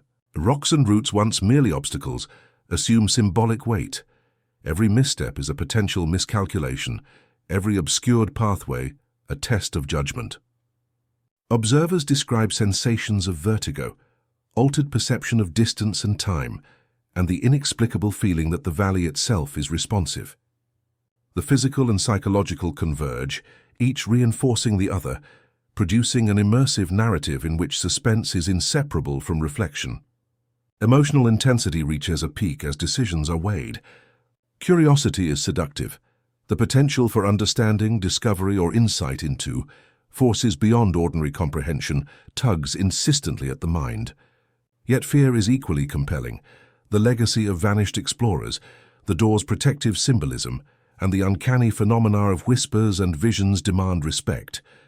Observers find themselves oscillating between action and inaction, each possibility laden with consequence. The cinematic rhythm mirrors this internal struggle. Moments of stillness allow reflection, while sudden environmental cues, a shifting shadow, a swirl of mist, a whispered syllable, reignite urgency and anticipation.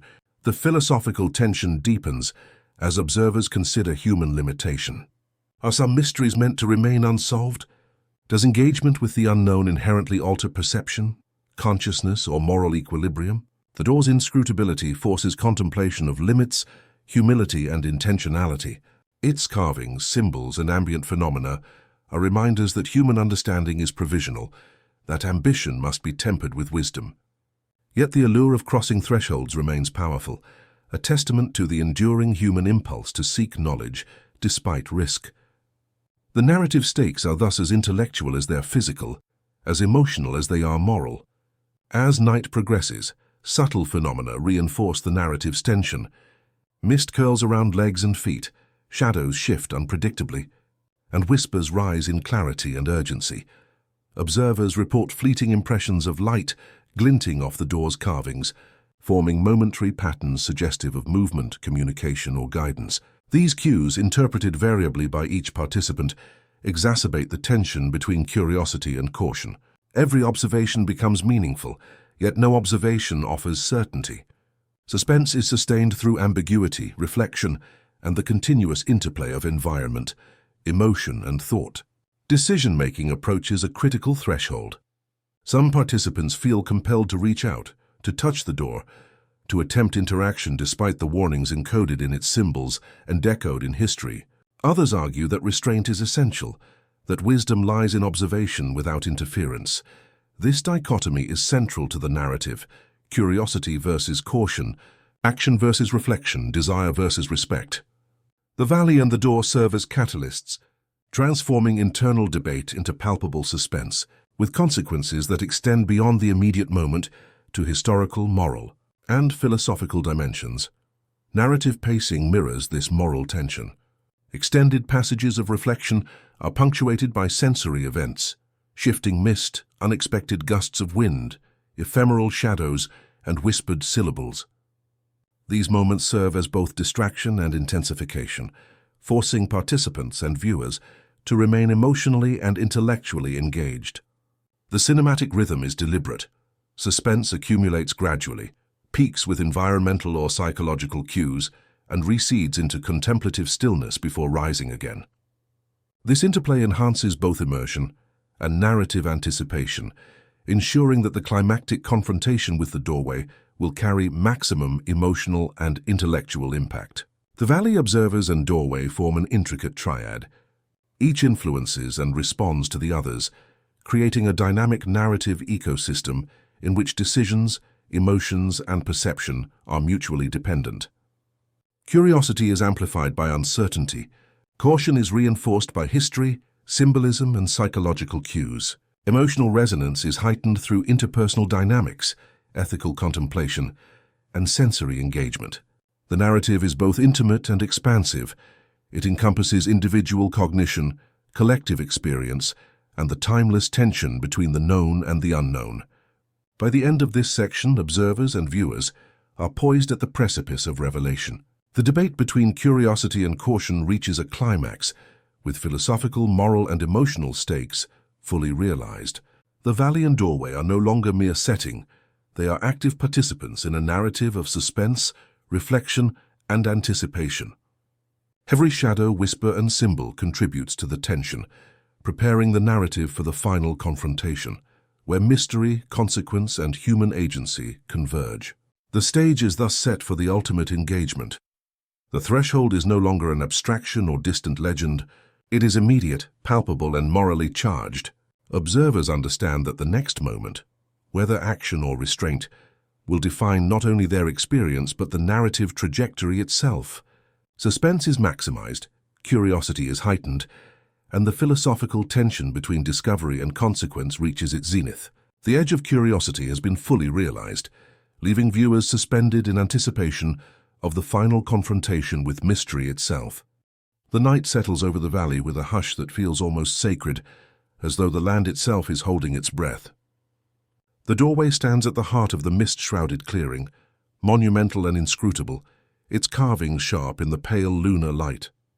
Shadows stretch across the engraved symbols, each mark seeming to shimmer with latent significance, animated not by motion, but by the weight of history and intent. Observers find themselves drawn to the threshold, yet simultaneously restrained by an instinctual reverence.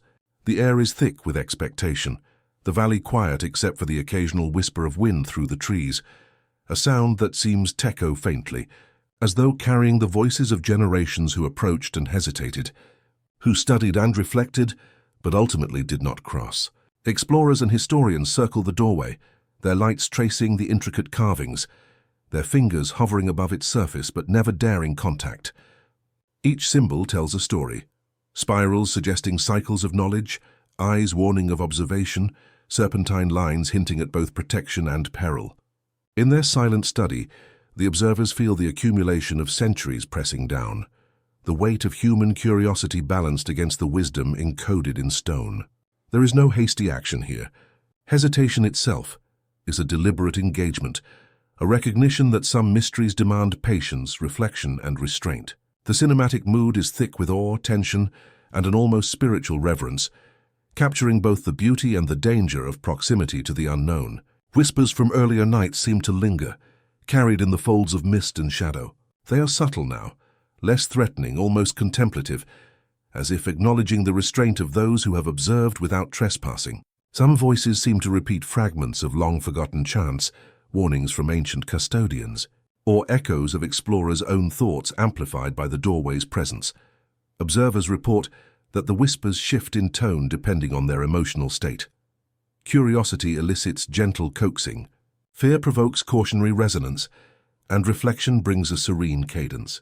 These auditory phenomena intertwine with visual perception, the shifting mist, the play of moonlight on carvings, creating a multi-layered experience that is simultaneously external and deeply internal. Philosophical reflection emerges naturally in the stillness. The observers ponder the balance between knowledge and restraint, the moral dimension of curiosity, and the consequences of transgression. To open the door would be to violate boundaries established over centuries, perhaps millennia. Yet the intellectual and emotional allure remains potent, the desire to know, to understand, to uncover hidden truths. The doorway, however, mediates this desire, reminding the observers that not all knowledge is meant for immediate consumption, and that wisdom often lies in knowing when to step back. The door functions as a teacher, conveying lessons about fear, respect, and the human condition without uttering a single word. Historical and symbolic context enriches the experience. Carvings and artifacts suggest that those who created the doorway understood the duality of human curiosity and human limitation. Protective symbols, recurring motifs, and ritualistic patterns indicate awareness of both temptation and consequence. Every interaction with the doorway, visual, auditory, emotional, reinforces the narrative encoded in its surface. The valley, with its mist, shadows, and topography, amplifies the psychological effect, making restraint as compelling an act as action. Observers begin to recognize that the greatest achievement may not be unlocking secrets, but understanding and respecting them. The climax of this narrative is subtle rather than explosive. There's no dramatic opening, no revelation of what lies beyond. Instead, the tension resolves through recognition. The doorway is studied, engaged with, and honored without being violated. Each observer experiences a profound sense of connection, intellectual, emotional, and spiritual, to the unknown. The whispers, shadows, and carvings that have haunted the valley all coalesce into a singular understanding. Some thresholds are meant to remain inviolate, and the beauty of the unknown is inseparable from its untouchability. The cinematic scene emphasizes stillness, reverence, and contemplative awe, leaving both participants and viewers suspended in a state of heightened awareness. The embedded conclusion unfolds naturally from this reflection. Observers consider the lessons imparted by the valley, the doorway, and centuries of human interaction. Fear and fascination intermingle. The valley is simultaneously threatening and enchanting, mysterious and instructive. The carvings, whispers, and shifting shadows serve as reminders that knowledge carries weight, that curiosity must be tempered by wisdom, and that the most enduring truths are sometimes those that are never fully grasped. There is an emotional resonance here, a recognition that restraint is not limitation, but a deeper form of engagement, one that honors both the mystery and the human capacity for contemplation. Philosophical questions linger. What is the value of knowledge that cannot be obtained? Is the allure of the forbidden inherently instructive, teaching humility, patience, and respect? The observers sense that the door, in its silent immensity, embodies these questions, offering them not as puzzles to solve, but as meditations to inhabit. Every symbol, every whisper, every flicker of moonlight becomes part of a narrative that stretches beyond time, the accumulation of curiosity, caution, and reverence across generations. In this understanding, the doorway is not an obstacle but a guide, and the night itself becomes a lesson in patience, reflection, and emotional engagement. Cinematic description heightens the emotional impact. Mist curls at the edges of the doorway like ethereal guardians. Shadows shift in slow, deliberate patterns, and moonlight glances off carved symbols, illuminating some shapes while leaving others in opaque darkness. The valley is alive in subtle ways. Small movements of foliage, shifting gusts of wind, and distant, almost imperceptible sounds remind observers that the environment itself participates in the narrative. The interplay of sensory input and reflective contemplation creates a dynamic tableau in which tension, chaos, and emotional resonance coexist, sustaining the mystery while offering closure. The valley, doorway, and observers together create a narrative ecosystem. Human presence is respectful and contemplative, the environment is interactive but restrained, and the doorway remains central, authoritative, and enigmatic. This triad exemplifies the lessons of the narrative. Mystery must be honored, curiosity tempered with wisdom, and observation valued as much as discovery. The cinematic effect is profound. Viewers are drawn into the emotional and philosophical stakes of the scene, experiencing suspense, awe, and reflective calm without the need for physical action. In the final moments, the doorway is framed in complete stillness. Mist flows gently across its surface, moonlight accentuates every carved detail, and shadows create the illusion of subtle motion. Whispers fade into an almost imperceptible hum, as though the doorway acknowledges the observer's restraint. The scene conveys both permanence and potential. The doorway is eternal, its mysteries untouched, yet it remains active in perception, memory, and imagination. Observers leave the valley altered, carrying a sense of wonder, respect, and introspective insight. The climax resolves not with revelation, but with understanding, a comprehension that some mysteries are preserved through inaction and reverence rather than through exposure. The valley and doorway leave a lasting impression, a narrative that intertwines fear, curiosity, awe, and philosophical reflection. Observers and viewers are reminded that the unknown exerts its power precisely through its inaccessibility. Legends, carvings, whispers, and environmental phenomena converge to teach that restraint is not weakness. It is a deliberate, conscious engagement with mystery. The human desire to uncover and understand is validated, yet tempered with the wisdom of humility. Knowledge is alluring, but the most profound truths may exist beyond human grasp, and their preservation depends on respect for boundaries that are, at times, deliberately constructed. Fear and fascination coexist throughout the experience. The doorway evokes dread because it represents the unknown, the uncontrollable and the potentially transformative. Simultaneously, it captivates the imagination, promising insight and connection to histories and realities beyond immediate comprehension. The emotional interplay is central to the narrative's resonance. Viewers feel the tension, the awe and the exhilaration of proximity to an enduring mystery, all while recognizing that the greatest lessons may lie not in discovery, but in thoughtful observation, reflection, and restraint. The narrative underscores that some thresholds are eternal teachers. The door, silent yet communicative through its carvings, shadows, and the whispers that hover at the edge of perception, embodies principles that transcend time. Curiosity must be balanced with caution. Observation can be as instructive as action, and mystery carries intrinsic value independent of revelation. Observers recognize that engagement with the unknown is not solely about physical exploration. It is a dialogue with history, consciousness, and the deeper currents of human thought. Cinematic imagery reinforces the conclusion. Moonlight glances off the doorway, illuminating symbols whose meanings are partially revealed, yet remain ultimately inscrutable. Mist winds through the valley like a guardian spirit, moving gently yet purposefully. Shadows ripple across the landscape, creating a sense of depth, life, and latent possibility. These visual and sensory cues sustain emotional resonance, reinforcing both awe and calm, leaving observers and viewers suspended in a reflective state, fully aware of the beauty and danger inherent in the unknown. The lessons are manifold. First, the allure of the forbidden is powerful, driving exploration and imagination. Second, wisdom often resides in restraint, the ability to observe, reflect, and honor boundaries. Third, the unknown, when approached with reverence, offers profound insight into human nature, psychology, and the timeless interplay between fear and fascination. The doorway's silence is its greatest teaching. Some mysteries are preserved not by neglect, but by the careful, deliberate choice to resist immediate understanding, allowing wonder and respect to flourish in their stead. Finally, the narrative closes with a gentle reflection. Sometimes the greatest mysteries are those that remain untouched, unseen, and eternal. They invite speculation, imagination, and reverence, precisely because they are inaccessible. The door, monumental and untouchable, becomes a symbol of the balance between curiosity and caution, knowledge and restraint, fear and awe.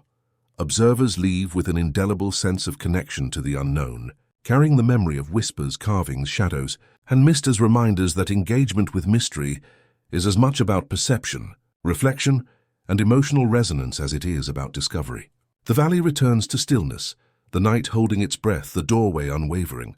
Observers and viewers alike are left suspended between what is known and what remains forever hidden. Awe mingles with contemplation, fascination with humility, and fear with reverent calm. The narrative concludes not with closure, but with lingering questions, echoing the enduring tension between human curiosity and the wisdom embedded in restraint. In this balance, the mystery persists, eternal, untouchable, and profoundly moving, a testament to the beauty of the unknown and the lessons it imparts.